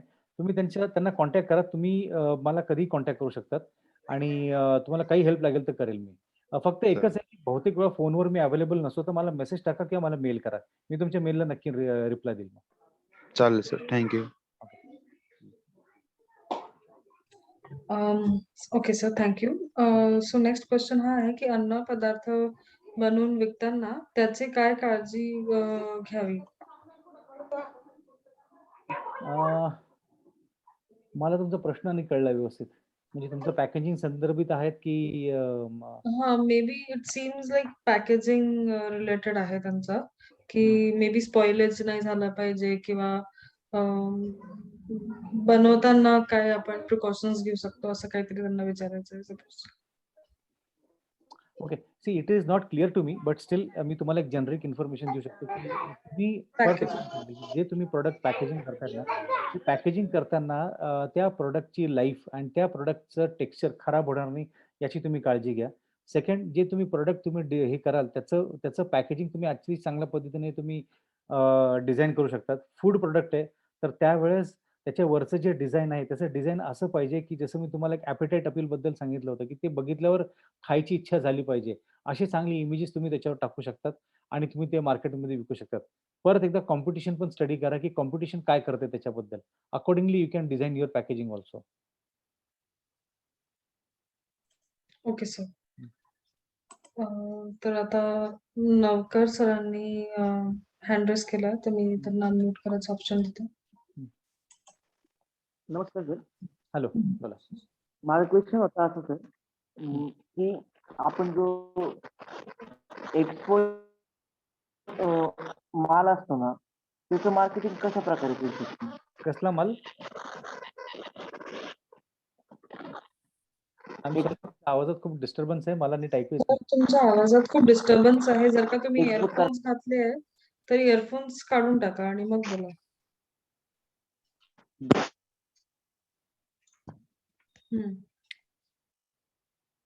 आता एकदा बोला.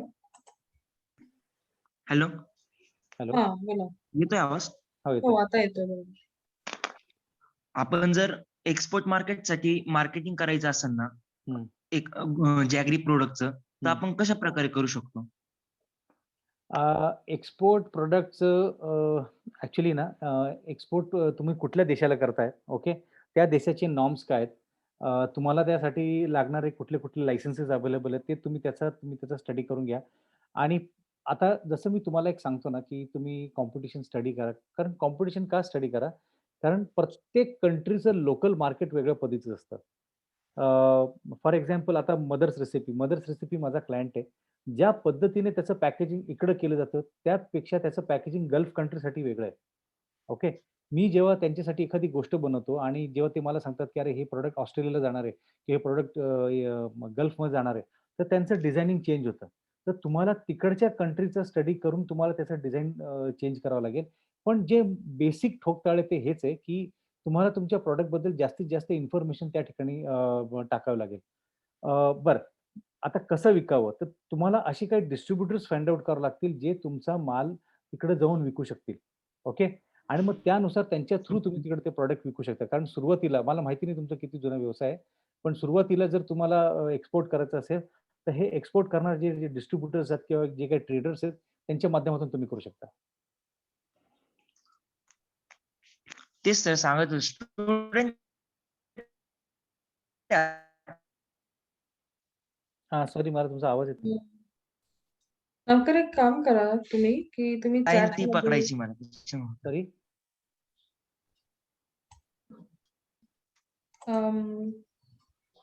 So hello? हां. ठीक आहे. तर एक काम करा नंतर you just put your question on the chat. तर आम्ही आन्सर करूया. सो पुरुषोत्तम सरांनी पण हँड रेज केला तर Purushottam sir. Okay. Good evening sir. It's a very nice session.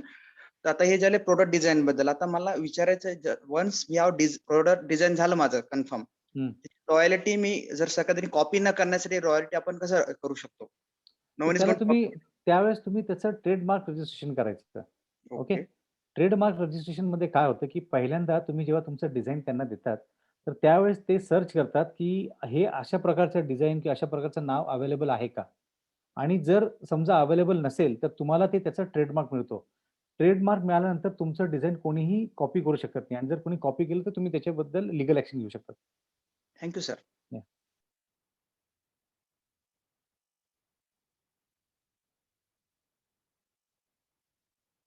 Okay. Thank you. Yeah. Ashwini Hingole ma'am.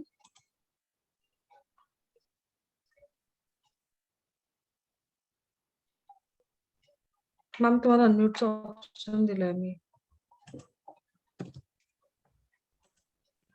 Hello sir. या. आवाज येतो माझा? हां, येतोय. ऍक्च्युली सर मला असं विचारायचा होता प्रश्न, की आमचं होममेड म्हणजे फक्त घरगुतीच बेकरी प्रॉडक्ट आहे काही हं, आणि ड्रेस वगैरे शिलाईचं पण काम आहे. हं. जसं आपल्याला रेडीमेड वगैरे मिळतात ना, त्या हं, हं. टाईपमध्ये. हं. तर ऍक्च्युली मला जर समजा मार्केटमध्ये फक्त हे लोकल ठिकाणी म्हणजे फक्त ज्या ओळखीच्या लेडीज आहेत वगैरे, तिथेच फक्त मार्केटिंग होते किंवा तिथेच सेल होतोय. हं, तर हं. समजा मला त्याची ब्रँडिंग करायची आहे. तर समजा हं. बेकरी प्रॉडक्ट आहे, तर आपण जे हं. बाहेर वगैरे घेतो केक वगैरे, हं. तर ते काही पर्टिक्युलर ठिकाणीच चांगले मिळतात. बऱ्याच ठिकाणी चांगलं मिळत नाही किंवा आणण्यासाठी हं. खूप लांब जावं लागतं. हं. आमचं आहे की आमच्या घरामध्ये घरगुती असल्यामुळे ते हेल्दी पण असतात, क्वालिटी पण असते. पण मग हे कसं आहे की जे ओळखीचे लोक आहेत त्यांनाच माहिती. असं समजा त्याची ब्रँडिंग करायची आहे किंवा ड्रेस वगैरे आहेत जे हं. रेडीमेड ड्रेस त्याची ब्रँडिंग करायची आहे किंवा हं. ते मार्केटमध्ये सेल करायचे आहे. तर हं. त्याच्यासाठी साधारणतः काय ॲक्शन घ्यायला पाहिजे किंवा कशाप्रकारे केलं पाहिजे? सी आता आहे ना, आपण 2 वेगळ्या प्रॉडक्टबद्दल बोलतोय. एक आहे आपलं अपॅरल्स आणि एक आहे आपलं फूड प्रॉडक्ट्स. ओके. आपण हो. स्टेप बाय स्टेप तुम्हाला मी सांगतो. आता फूड प्रॉडक्ट जे आहे ना, तर फूड प्रॉडक्टमध्ये तुम्हाला अवेअरनेस हं, करताना काय करावं लागेल? जसं मी तुम्हाला ड्रायव्हर्सबद्दल सांगितलं. ड्रायव्हर्स म्हणजे काय? अशा गोष्टी जे माझं प्रॉडक्ट मला विकायला मदत करतील. ओके. मग आता तुमच्या गोष्टीमध्ये एक आहे, की चला इट्स हायजीन. घरामध्ये बनवलंय तुम्ही, तुम्ही चांगले इन्ग्रीडियंट्स वापरलेत. त्याची क्वालिटी, त्याचं त्याचं टेस्ट आणि त्याचं हायजीन हे 3 प्रकार जे आहेत, ते खूप महत्त्वाचे आहेत. मग अशा वेळेस तुम्हाला काय करावं लागेल, की तुम्हाला तुमच्या कस्टमरला सांगावं लागेल, की हे 3 प्रॉडक्ट हे 3 गोष्टी ज्या आहेत त्या माझ्या प्रॉडक्टमध्ये हे माझे ड्रायव्हर्स आहेत. ओके. मग ते तुम्ही कसं सांगणार, की पहिली गोष्ट तुम्ही समजा तो केक देताना जर कोणाला तुम्ही केक देत असाल तर काय करत तर त्याच्याबरोबर तुम्ही तुमचा बॉक्स जो कराल तुम्ही बॉक्स तसा डिझाइन करून घ्या, ज्याच्यावर हे सगळे लिहिलं असेल किंवा एक नोट त्या केक बरोबर जाऊ दे, जेणेकरून लोकांना त्या केक बद्दलची माहिती कळेल. बरं, आता तुम्ही जे ओके. विकताय, तुम्ही फक्त तुमच्या ओळखीतल्या लोकांना विकताय. पण ॲट द सेम हो. टाईम तुम्ही सोशल मीडियाला पण तुम्ही अप्रोच करू शकता. तुमचे जेवढे ग्रुप आहेत, त्या सगळ्या ग्रुप्सवर तुम्ही टाकू शकतात, की मी जेवढे मित्र असेल त्यांना तुम्ही टाकू शकतात आणि त्यांना सांगू शकतात, की तुम्ही तुमच्या ग्रुपवर प्रेझेंट करा. ओके. हं. तो एक माध्यम झाला. दुसरा माध्यम असा आहे, की बरेचसे आउटलेट असे आहेत, की ते पेस्ट्रीज ठेवतात, केक्स ठेवतात विकण्यासाठी. असे काही आउटलेट टाइप करून ठेवा आणि त्यांना सांगा की मी तुम्हाला सप्लाय करेल. तुम्ही ऑर्डर उचला आणि मी तुम्हाला तसे सप्लाय करत जाईल. त्याच्याने काय होईल की बघा, जर तुमच्या प्रॉडक्टची क्वालिटी चांगली जे तुम्ही पण म्हणतात, की बरेचसे आउटलेट असे ते केक आणि पेस्ट्री विकतात, पण ते मॅन्युफॅक्चर करत बसत नाही. त्यांना फक्त कोणीतरी असं पाहिजे असतो जो मॅन्युफॅक्चर करून देईल किंवा काही कॅफे असे असतात की जे प्रत्येक कॅफे पेस्ट्री आणि केक वगैरे विकतं. ओके. तर जे असे काही लोकल कॅफे असतील त्यांना तुम्ही अप्रोच करा. तर ह्या गोष्टीने काय होईल, की तुम्हाला एक रेग्युलर बिझनेस मिळत जाईल कंटिन्यू बेसिसवर, की तुम्ही 4-5 दुकानं डिपेंडिंग ऑन युअर कॅपॅसिटी. म्हणजे ज्यावेळेस तुम्हाला असं वाटेल, की आता ठीक आहे याच्यापेक्षा जास्त मी बनवू शकत नाही. तोपर्यंत तुम्ही लोकांना अप्रोच करत राहा. एक दिवस तुम्हाला वाटलं, की नाही आता मला महिन्याला जेवढं मला पाहिजे, जेवढं मी बनवू शकते, तेवढे माझ्याकडे मला ऑर्डर्स येतायत. तर तेवढं तुम्ही त्या लोकांना टॅप करा. ओके. आणि वेगवेगळे माध्यम म्हणजे तुम्ही आता फक्त ओळखीच्या लोकांना देण्यापेक्षा तुम्ही दुकानदारांना द्या. तुम्ही कॅफेंना द्या. असे काही रेडी हॉटेल्स असतात, की ते आपल्या शोकेसमध्ये केक्स ठेवतात. तशा ठिकाणी तुम्ही त्यांना देऊ शकता. So you try that. Now this is we are talking about cake. Now जे तुमचे रेडीमेड गारमेंट्स वगैरे जे आहेत, ठीक आहे. रेडीमेड गारमेंट्सचा परत तुम्ही सोशल मीडिया तुम्ही वापरू शकता which is free. Another thing you can tap with societies. Okay. तुम्ही सोसायटीमध्ये गेले आणि त्यांना सांगितलं, की सर आम्ही आमचा असा-असा व्यवसाय आहे. तर मी तुमच्या सोसायटीसाठी एक बॅनर बनवून देते या ठिकाणी, जेणेकरून तुमच्या सगळ्या सोसायटीच्या मेंबरला एक डिस्काउंटेड रेटमध्ये मी तुम्हाला देऊ शकेन. आणि तुमच्या ओके. कॉस्टनुसार, तुमच्या क्वालिटीनुसार जे लोकं अप्रिशिएट करतील अशा सोसायटी आयडेंटिफाय करून तुम्ही प्रत्येक ठिकाणी तिकडे बॅनर लावू शकतात.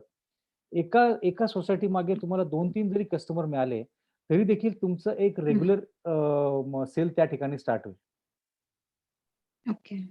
हं. ॲक्चुअली सर एक प्रश्न विचारायचा होता आणि आणखी आता जे जसं म्हटलंय सोशल मीडिया वगैरे, तर WhatsApp बिझनेसद्वारे किंवा WhatsApp मार्केटिंगद्वारे त्याच्याद्वारे आपण पाठवत असतो काही ना काही नाही, असं छोटेसे हं. पोस्ट वगैरे बनवून वगैरे ते हं. झालं किंवा जो माझा गारमेंटचा जो बिझनेस आहे, हं. ड्रेसचा वगैरे तसं.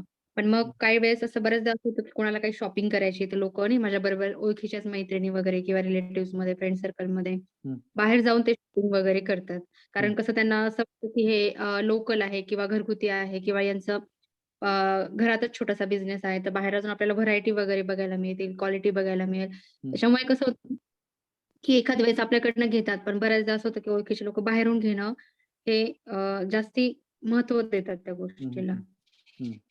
मला असं म्हणायचं की जर समजा आपण आपल्या पर्टिक्युलर जे बेकरी प्रॉडक्ट्स आहे त्याला हं. किंवा आता ही माझ्या मुलीचा जो रेडीमेड ड्रेसचा जो बिझनेस आहे, त्याला जसं पर्टिक्युलर ब्रँड नेम किंवा असं काहीतरी जर समजा केलं, की त्याच्यामुळे त्यांना जेणेकरून वाटेल, की नाही हे पर्टिक्युलर ब्रँडचं आहे, की एक हं, हं. पर्टिक्युलर ब्रँड सेट केलेला आहे. तर मग हं, हं. ह्याला पण सुद्धा क्वालिटी वाढेल. की त्यांना फील होणार, की जेणेकरून आपण बाहेर पण देऊ शकू असं एक नाही का? येस. तसंच मोठमोठ्या कंपन्यांमध्ये हं. ब्रँड असं KFC वगैरे असं आहे, McDonald's आहे असं. हं. असं जर काही केलं तर? नाही करता येईल त्याला. ॲक्चुअली मला ना एक असं वाटतं, की तुम्ही फूड आणि हे दोन्ही ज्या गोष्टी तुम्ही जेव्हा एकत्र करताय, तर तुम्ही एकटेच करताय, की अजून कोणी आहे तुमच्याबरोबर? ॲक्चुअली जे कपड्यांचं आहे ना, ते मम्मीचं आहे. माझं फक्त बेकरीचं आहे. तर मी तिच्या वतीने ओके. प्रश्न विचारला असता. ठीक आहे. ओके. सो परत मी तुम्हाला सांगतो. आता बेकरीचं जर कसं आहे ना, की जर तुम्हाला वाटत असेल ना, की बघा आपला उद्देश काय आहे, की आपल्याला केक विकायचा आहे आणि आपल्याला त्याच्या पाठीमागे हो, प्रॉफिट कमवायचा आहे. बरोबर आहे? मग हो. त्यावेळेस तुम्ही ना इंडिव्हिज्युअली कोणाला सेल करायच्या जास्त भानगडीत पडू नका. कारण काय हं, होतं ना, हं. मी तुम्हाला ॲज अ कस्टमर मी तुम्हाला सांगतो, की एखाद्या केक शॉपमधून जेव्हा मी केक घेतो ना, तर त्यावेळेस मला हं, थोडासा एक ट्रस्ट फॅक्टर येतो. ओके. कारण काय होतं त्या दुकानाचं नाव आणि ते ब्रँड नेम त्याला लागतं. ओके. हं, तर हं. तुम्हाला जर स्वतःचा ब्रँड चालू करायचा असेल ना, then open a cake shop. मग तुम्ही स्वतःचं एक केक शॉप चालू करा आणि त्या ठिकाणी स्वतःच्या नावाने तुम्ही विका. कारण असे बरेच काही केक शॉप असतात जे फक्त स्वतःच्या नावाने ब्रँड करून ते विकतात. त्याच्याने पण तुमचा हं. सेल होईल. ओके. किंवा जर तुम्हाला केक शॉप उघडायचं नसेल, तर तुम्ही त्या सगळ्या लोकांना तुम्ही सप्लाय करू शकता हॉटेल्सला वगैरे, की जे तुमचा माल विकत घेईल. आपल्याला काय प्रॉडक्ट विकण्याशी मतलब आहे. तर हो. त्यावेळेस काय होतील ते लोकं त्यांचं लेबल लावून विकतील. ओके. हं. सिमिलरली ड्रेसमध्ये पण तुम्हाला काय करावं लागेल, की जसे ड्रेसचे लेबल्स येतात, ते लेबल्स तुम्ही प्रिंट करून घ्या. एक नाव द्या चांगलं छानसं. ते लेबल्स प्रिंट करून घ्या. प्रत्येक ड्रेसला तुम्ही शिवताना ते लेबल्स त्याला अटॅच करून विका. तुम्ही हं, हं. देताना त्याला चांगला बॉक्समध्ये पॅकेजिंग करून द्या. तर ह्या ज्या गोष्टी आहेत, ह्या ज्या पॅकेजिंग वगैरे दीज आर ब्रँडिंग कोलॅटरल्स. कारण मी ओके. तुम्हाला सगळ्यात आपण सुरुवात कशी केली होती, की नॉन ब्रँडेड हं, हं. प्रॉडक्ट्स आणि branded products.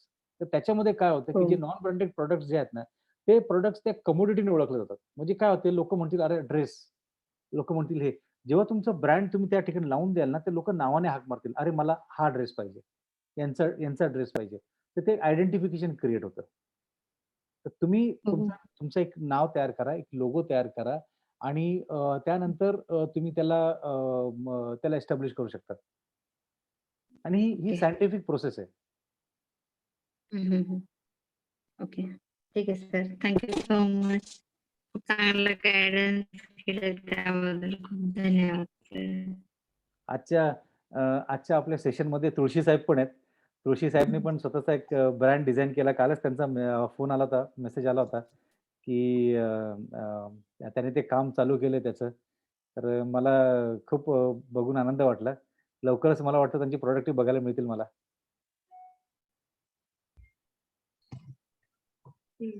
Yes, I think he has joined the webinar. Yes, sir. हां.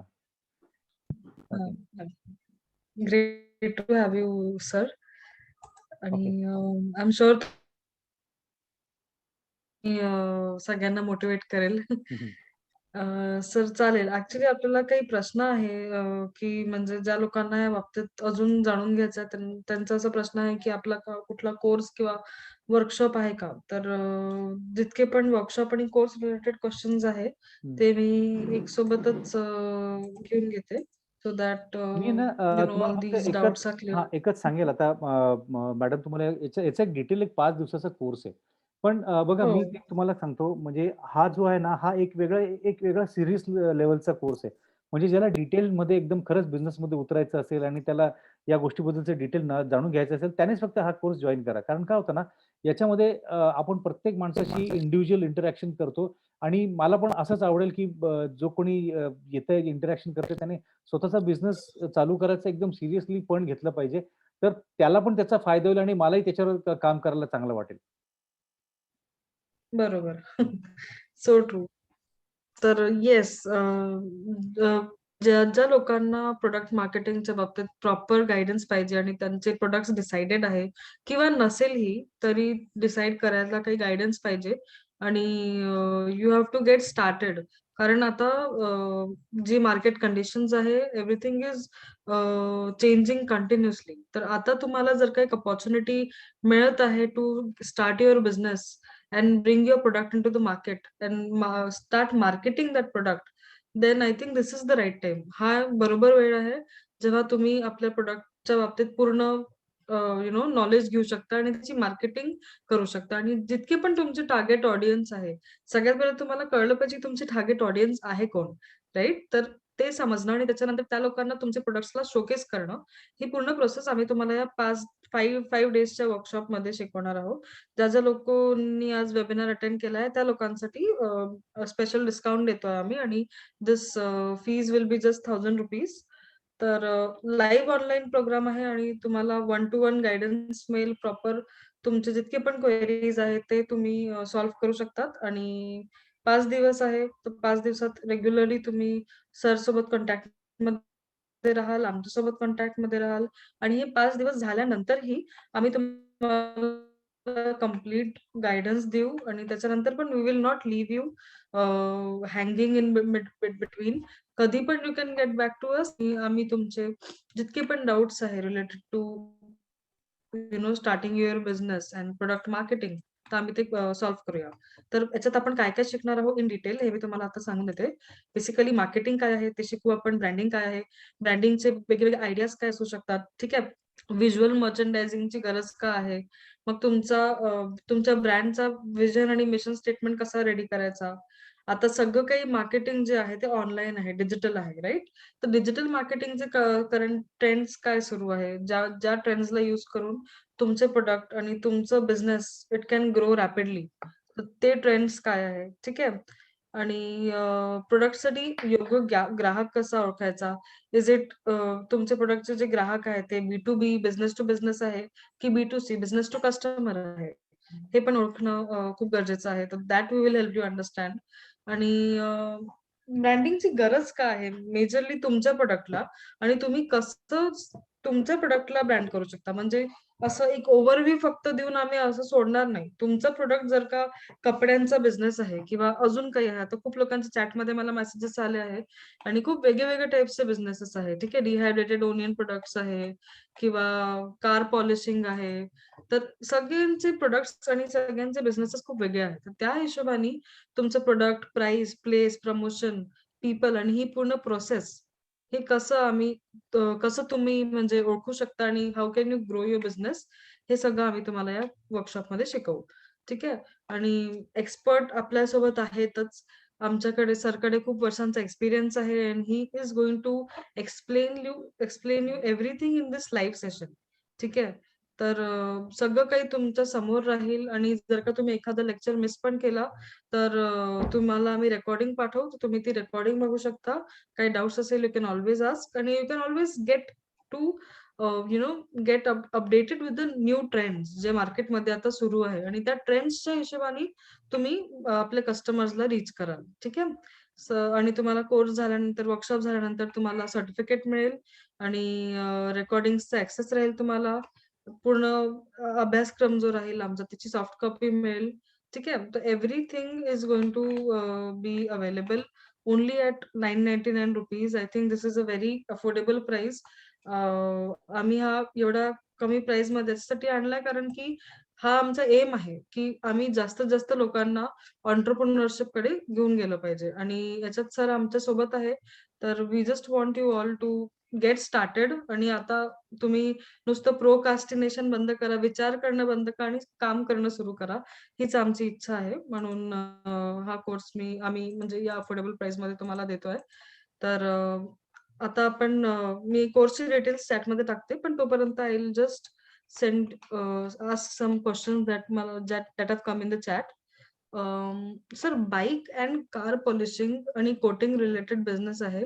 त्याला डेव्हलपमेंट कसं याचं करू शकतो आपण? याचे काही सजेशन्स पाहिजे. हा अतिशय ग्रोईंग बिझनेस आहे आजच्या घडीला आणि या ठिकाणी तुम्ही खूप चान्सेस तुम्हाला स्वतःचा बिझनेस ब्रँड करायचा आहे. सी काय होतं ना, आता जसं तुम्ही मला सांगतात की bike and polishing and coating करायचं आहे. हे आपण असं नाव का देतोय? कारण आपण कमोडिटी बद्दल बोलतोय. कारण ब्रँड नाहीये. ब्रँड एस्टॅब्लिश नाहीये. जेव्हा ब्रँड एस्टॅब्लिश नसतो, तेव्हा ते प्रॉडक्ट एका कमोडिटीने ओळखलं जातं. नाव फॉर एक्झाम्पल मी ब्रँडचं नाव ठेवलं. मी जस्ट एक अंदाज सांगतोय. सनशाईन. ओके. तर लोकांना सांगताना सांगायचं की we don't do polishing. Okay. We sunshine it. Okay. आपण असे बरेच प्रॉडक्ट आहेत की ते फक्त त्या प्रॉडक्टच्या नावाने ते ओळखलं जातं. ओके. की जर तुम्ही बटर म्हणताय तर फक्त अमूल बटर. ओके. चॉकलेट म्हणजे कॅडबरी घेतली का? वास्तविक खरा अर्थ असा आहे की चॉकलेट घेतलं का? ओके. ब्रँड बरेच असू शकतात. पाणी बिसलरी आहे का? मग भले त्याने ॲक्वाफिना जरी दिलं तरी आपण बिसलरी मागतो, तो ॲक्वाफिना देतो, आपण घेऊन चाललो जातो. सो ही जी गोष्ट आहेत ना, याला तुम्ही एक लेबल द्या. याला एक लेबल द्या. त्याला तुम्ही एक अशा प्रकारे प्रेझेंट करा की तुम्ही एक ब्रँडेड अप्रोच आहे. बघा, when you talk about brand brand is not just a name. Brand is a attitude. Brand is an approach. तर तुम्ही जेव्हा तुम्ही तुमचा बिझनेस डिझाइन कराल, तर डिझाइन करताना तुम्हाला हे पण लक्षात घ्यायचंय की मी माझ्या नावाने ओळखलं गेलो पाहिजे. Not because of the name of my product. Okay. मी काय विकतोय? ओके. याच्यापेक्षा मी कसा विकतोय it is more important. And that is the reason जेव्हा तुम्ही ह्या प्रकारे तुम्ही जर तुमचा अप्रोच ठेवाल, तर लोकांचा तुमच्याकडे बघायचा दृष्टिकोन बघेल आणि त्यांचा तुमच्या प्रॉडक्ट बद्दल विश्वास वाढेल. जरी 2 आणि हे जे आहे ना, हे प्रॅक्टिकली तुमच्या लक्षात येईल. तुमच्या आजूबाजूला 2 लोकं अजून असतील आणि तुम्ही तुमच्या अप्रोचमध्ये हा फरक केला, तरी लोकं तुमच्याकडे जास्त येतील त्यांच्यापेक्षा. कारण त्यांना माहिती की बाकीचे कोटिंग करतात, हा काहीतरी स्पेशल देतोय मला. Then we have to talk about value addition and all. So it is very important that you have to brand your name. You have to brand your services, and it will definitely give you good result.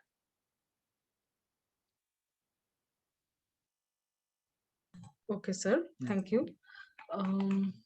Next question हा आहे की brand कसा register करायचा? Brand तुम्ही जेव्हा पहिल्यांदा तुमच्या कंपनीचं जेव्हा तुम्ही नाव तयार कराल ना, तर नाव केल्यानंतर there is a government body ज्याच्याकडे तुम्हाला तुमचं नाव आणि लोगो द्यावा लागतो. ते सर्व स्टडी करून तुम्हाला काही दिवसामध्ये रिप्लाय करतात की हे नाव अवेलेबल आहे का नाहीये. ओके. तर समजा तुम्ही एक 7-8 नावं काढले आणि ते नावं जर तुम्ही दिले त्यांना, तर ते तुम्हाला स्टडी करून सांगतील की याच्यापैकी हे नाव अवेलेबल आहे आणि अकॉर्डिंगली डिझाईनचा प्रॉब्लेम नाहीये. तुम्ही नाव एकदा फायनल झाले की तुम्ही तुमच्या पद्धतीने डिझाइन करून त्याला तुम्ही त्याला वापरू शकतात. Okay sir. हं. डिहायड्रेटेड ओनियन प्रोडक्ट्सचे प्रेझेंट मार्केट कसे आहे आणि फ्युचर मार्केट कसे असेल? हा डिहायड्रेटेड सेगमेंट हा अतिशय रॅपिडली ग्रो होणारा सेगमेंट आहे. आजच्या घडीला जर तुम्ही पाहिलं तर जे काही तुमचे प्रीमिक्स पावडर्स येतात, जे काही तुमचे प्रीमिक्स मसालेज येतात, की जे काही तुमचे मसाल्याच्या गोष्टी येतात, प्रत्येक ठिकाणी मोठ्या प्रमाणामध्ये हे वापरलं जातं. माझे म्हणजे मी जस्ट एक इन्फॉर्मेशन काढली, की जे बिर्याणी बनवणारे लोकं आहेत, तर ते पूर्वी ते कांदा तळून हे करून घ्यायचे आणि त्याला नंतर वापरायचे वरती ॲज अ डेकोरेशन म्हणून. आता तो देखील रेडी मिळतो मार्केटमध्ये, की ते फक्त तो डिहायड्रेटेड प्रॉडक्ट डिहायड्रेटेड फॉर्मॅटमध्ये असतो त्याच्यामध्ये. फक्त घेऊन तुम्हाला टाकायचं आहे आणि because of the steam and all those thing it automatically come to his normal structure. तर ही अतिशय रॅपिड ग्रो होणारी इंडस्ट्री आहे. पण अगेन आय विल से की you don't have to sell it as a dehydrated product. You have to sell it as a actual application, की याचा वापर कसा होणार त्या पद्धतीने त्याचं मार्केट केलं गेलं पाहिजे. थोडक्यात एक उदाहरण द्यायचं म्हणजे तुम्ही जेव्हा बासमती तांदूळ घ्यायला जातात, ओके. आणि जेव्हा तुम्ही बासमती तांदूळाचा पॅक जर घेतला तर त्याच्यात बासमती तांदूळाचं पिक्चर नसतं. त्याच्यावर ते पुलाव किंवा बिर्याणी असे पिक्चर असतात. जे फायनल ॲप्लिकेशन आहे. म्हणजे ॲक्चुअल ते एक पिक्चर तुमच्या डोक्यात क्लिअर करतात, की याचा उपयोग कसा होणार आहे. तर तुम्हाला मार्केटिंग करताना तुम्हाला तुमचे ॲप्लिकेशन दाखवायचे की हे जे डिहायड्रेटेड प्रॉडक्ट आहे, याच्याने काय-काय पॉसिबिलिटीज आहेत. ओके. सो अशा प्रकारे तुम्ही त्याला मार्केट करू शकता. Okay sir. तर अजून एक प्रश्न आहे. Abhijit wants to ask the question. I will unmute him. Abhijit विचारा. नमस्कार सर. नमस्कार. Am audible? Yeah, you are audible. अच्छा सर, आपल्या प्रोडक्ट्सचे समजा 3-4 प्रोडक्ट्स आहेत आणि प्रत्येक प्रोडक्टचे डिफरंट ऑडियन्स किंवा टार्गेट कस्टमर असू शकतात. सर, तर मग आपल्याला त्याच्यामध्ये B2B पण असू शकतं, B2C मध्ये पण असू शकतं. तर मग ते टार्गेट ऑडियन्स आपण पिक कसे करायचे? म्हणजे कोण शोधतं? म्हणजे मी तर शोधतो, पण माझ्या व्यतिरिक्त अजून कोणी आहे का जो मला हे सर्च करायला मदत करते? तुम्ही याच्या रिसर्च एजन्सीज पण असतात. पण मोस्टली मला असं वाटतं तेवढं काही करायची गरज नाही. तुम्ही स्वतः देखील सफिशियंट आहात. तुम्ही स्वतःचं प्रॉडक्ट आहे, तर तुम्ही त्याला आयडेंटिफाय करू शकतात. मी तुम्हाला थोडक्यात एक उदाहरण देतो. बघा, असं बऱ्याचदा होईल तुमच्याबरोबर आणि it's a very good question, की जेव्हा तुम्ही काही प्रॉडक्ट किंवा प्रॉडक्टच्या रेंजमध्ये काम कराल, तेव्हा त्या सगळ्या रेंज एका सिमिलर टाइपच्या प्रॉडक्टसाठी नसतील. इव्हन ज्यावेळेस मारुतीच्या पण लक्षात आलं, की आपण ज्या कार बनवतोय, तर त्या कारमध्ये प्रीमियम सेगमेंट पण आहे आणि त्याच्यामध्ये इकॉनॉमिकल सेगमेंट पण आहे आणि दोन्ही कार मी सेम प्लॅटफॉर्मवर विकू शकत नाही. मग त्यांनी काय केलं, त्यांनी नेक्सा म्हणून एक नवीन ब्रँड लॉन्च केला. तर ज्या प्रॉडक्ट अंडर नेक्सा येतात त्या प्रीमियम लेव्हलच्या आहेत आणि ज्या व्हेइकल्स अंडर मारुती सुझुकी तर त्या वेगळ्या लेव्हलच्या आहेत. So what happens here you need to understand your customer and you are the best person to जज इट. ओके. आणि ते सगळं कसं असतं, की त्या प्रॉडक्टची कॉस्ट, त्या प्रॉडक्टचं युसेज कोण करणार आहे, त्या प्रॉडक्टचा सेल कुठल्या ठिकाणी होणार आहे. या सगळ्या गोष्टी तुम्हाला लक्षात घेऊन तुम्हाला त्याचं टार्गेट ऑडियन्स काढता येईल. Okay sir. Thank you so much. अजून एक प्रश्न आला होता. एक minute. Which type of retailers should select to sell healthcare products out of 6 types? तुम्ही सगळ्या टाइपमध्ये विकू शकतात. कुठल्या टाइपमध्ये असं नाहीये. हे जे 6 टाइप सांगितल्या ना मी, it is depending on your capacity, it is depending on your comfort or ease. तुम्ही हे करू शकतात. म्हणजे तुम्ही स्टार्टअप आहात आता सध्या, ओके. तर स्टार्टअप आहेत आणि मला समजा जास्त पैसा खर्च करायचा नाही किंवा मला ईझी वे पाहिजे हे करायचा. तो start with general trade. General ट्रेडमध्ये तुम्ही विकू शकता, तुम्ही ऑर्गनाइज्ड ट्रेडमध्ये विकू शकतात. मी स्वतः तुम्हाला सजेस्ट करेल, जर तुम्ही स्टार्टअप असाल तर सुपर मार्केटमध्ये जाऊ नका. कारण सुपर मार्केटमध्ये कसं असतं, की तुम्हाला तेवढा व्हॉल्यूम देणं, त्याच्यानंतर तेवढा कमी कॉस्टमध्ये सप्लाय करता येणं, की तेवढे त्यांचे जे दिवस असतात ते तुम्हाला 60-90 डेजसाठी तुम्हाला ते थांबायला सांगेल पेमेंटसाठी. तेवढं सहन करणं, या सगळ्या गोष्टींमध्ये तेवढी कॅपॅसिटी आपली असेलच असे नाही. तर त्यामुळे तेवढा त्याच्यात इतक्यात हात टाकायची गरज नाही. जेव्हा तुम्ही एस्टॅब्लिश व्हाल तेव्हा तो पण एक फॉर्मॅट तुम्ही बघू शकतात. कारण या फॉर्मॅटमध्ये पण खूप सारे होममेड प्रॉडक्ट येतात. पण ते पण एस्टॅब्लिश प्रॉडक्ट असतात. तर सुरुवातीला तुम्ही जे आपल्या एरियातले दुकानं असतील किंवा ज्या ठिकाणी आपला माल खपवू शकतो त्या एरियातले रिटेल शॉप्स, जनरल ट्रेड किंवा स्पेशलाइज स्टोअर या ठिकाणी तुम्ही विकायचा प्रयत्न करा. आता जसं मागे ते केक शॉप बद्दल आपण एका मॅडमने आपल्याला विचारलं. तर त्यांना मी काय सांगितलं, की तुम्ही एक असे आउटलेट्स बघा जे तुमचे प्रॉडक्ट्स विकतील. म्हणजे त्यात कॅफे असतील, की त्यात छोटे जॉइंट्स असतील. म्हणजे काही लोकं असे असतात, की त्यांचं मिठाईचं दुकान असतं. पण मिठाईच्या दुकानात पण ते केक बनवतात आणि ते स्वतः बनवत नाही. तर त्यांना कोणीतरी सप्लाय करतं त्या ठिकाणी. So you can start selling it to this kind of specialized product also. Specialized format also. आणि ई-कॉमर्स तर एनिवे ई-कॉमर्स आहे, सोपं आहे. तुम्ही कधीही Flipkartमध्ये किंवा तुम्ही Amazonमध्ये तुम्ही रजिस्टर करू शकता आणि तुम्ही विकू शकता. आणि it is really good option. तुम्ही त्याच्यामध्ये पण जाऊ शकता at very minimum investment. Okay, sir. Thank you. How to search distributors and to start with marketing, is the budget of 8 to 9,000 per month suitable, or is it okay to start the marketing?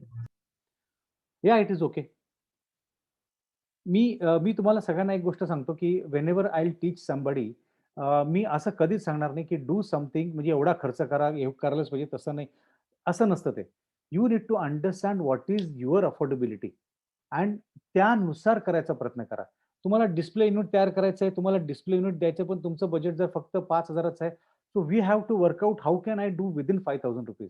We should never over spend in anything. कारण बिझनेसचा bottom line काय आहे, की expense minus your sale minus your expense is your N P. Okay? Your G P, gross profit. तुमचं profit येण्यासाठी तुमच्या प्रॉडक्टच्या कॉस्टमधून तुमचे सगळे एक्सपेन्स मायनस झाले पाहिजे. तर त्यासाठी तुमचं जे काही बजेट घेऊन तुम्ही चालले within that budget we have to plan. So it doesn't matter. तुम्ही 9,000 म्हणताय, I will say even 3,000 to 4,000 is enough. Okay? पण it has to be constant. It has to be very effectively. That is the reason consumer profiling, consumer segmentation. Right ठिकाणी आपण जर काम केलं तर कमी पैशात, कमी वेळेमध्ये आपल्याला जास्तीत जास्त बेनिफिट मिळेल. Right, sir. I think that were all the questions Yeah. that we had. Thank you so much, sir. तुम्ही खरंच खूप चांगला गायडन्स दिलाय आणि आय सपोज सगळ्यांचे जितके पण डाऊट्स होते ते सगळे क्लिअर झाले आहेत. तर I am really thankful to you. And also, for all those who want to join the workshop and are very serious about starting their business, I have sent the link. मी परत link पाठवली आहे आपल्या चॅटवर. जो course आहे तो 21 डिसेंबरला सकाळी 8 वाजता स्टार्ट होतो आहे and it will go on till 9:30 AM. आणि जी फीज आहे ती तुमची 999 आहे आणि लिंक पण मी इथेच पाठवली आहे चॅटमध्ये. तर तुम्ही लोक डायरेक्टली या लिंकवर क्लिक करून रजिस्टर करू शकता and you will get a discount of ₹200 on the MRP of the course. तर let's get started and let's start working on marketing your products. So thank you so much, sir, and thank you so much to everyone who was present here today. Thank you. Thank you very much. Good evening and wish you all a very best of luck. Take care. Thank you, sir. Thank you.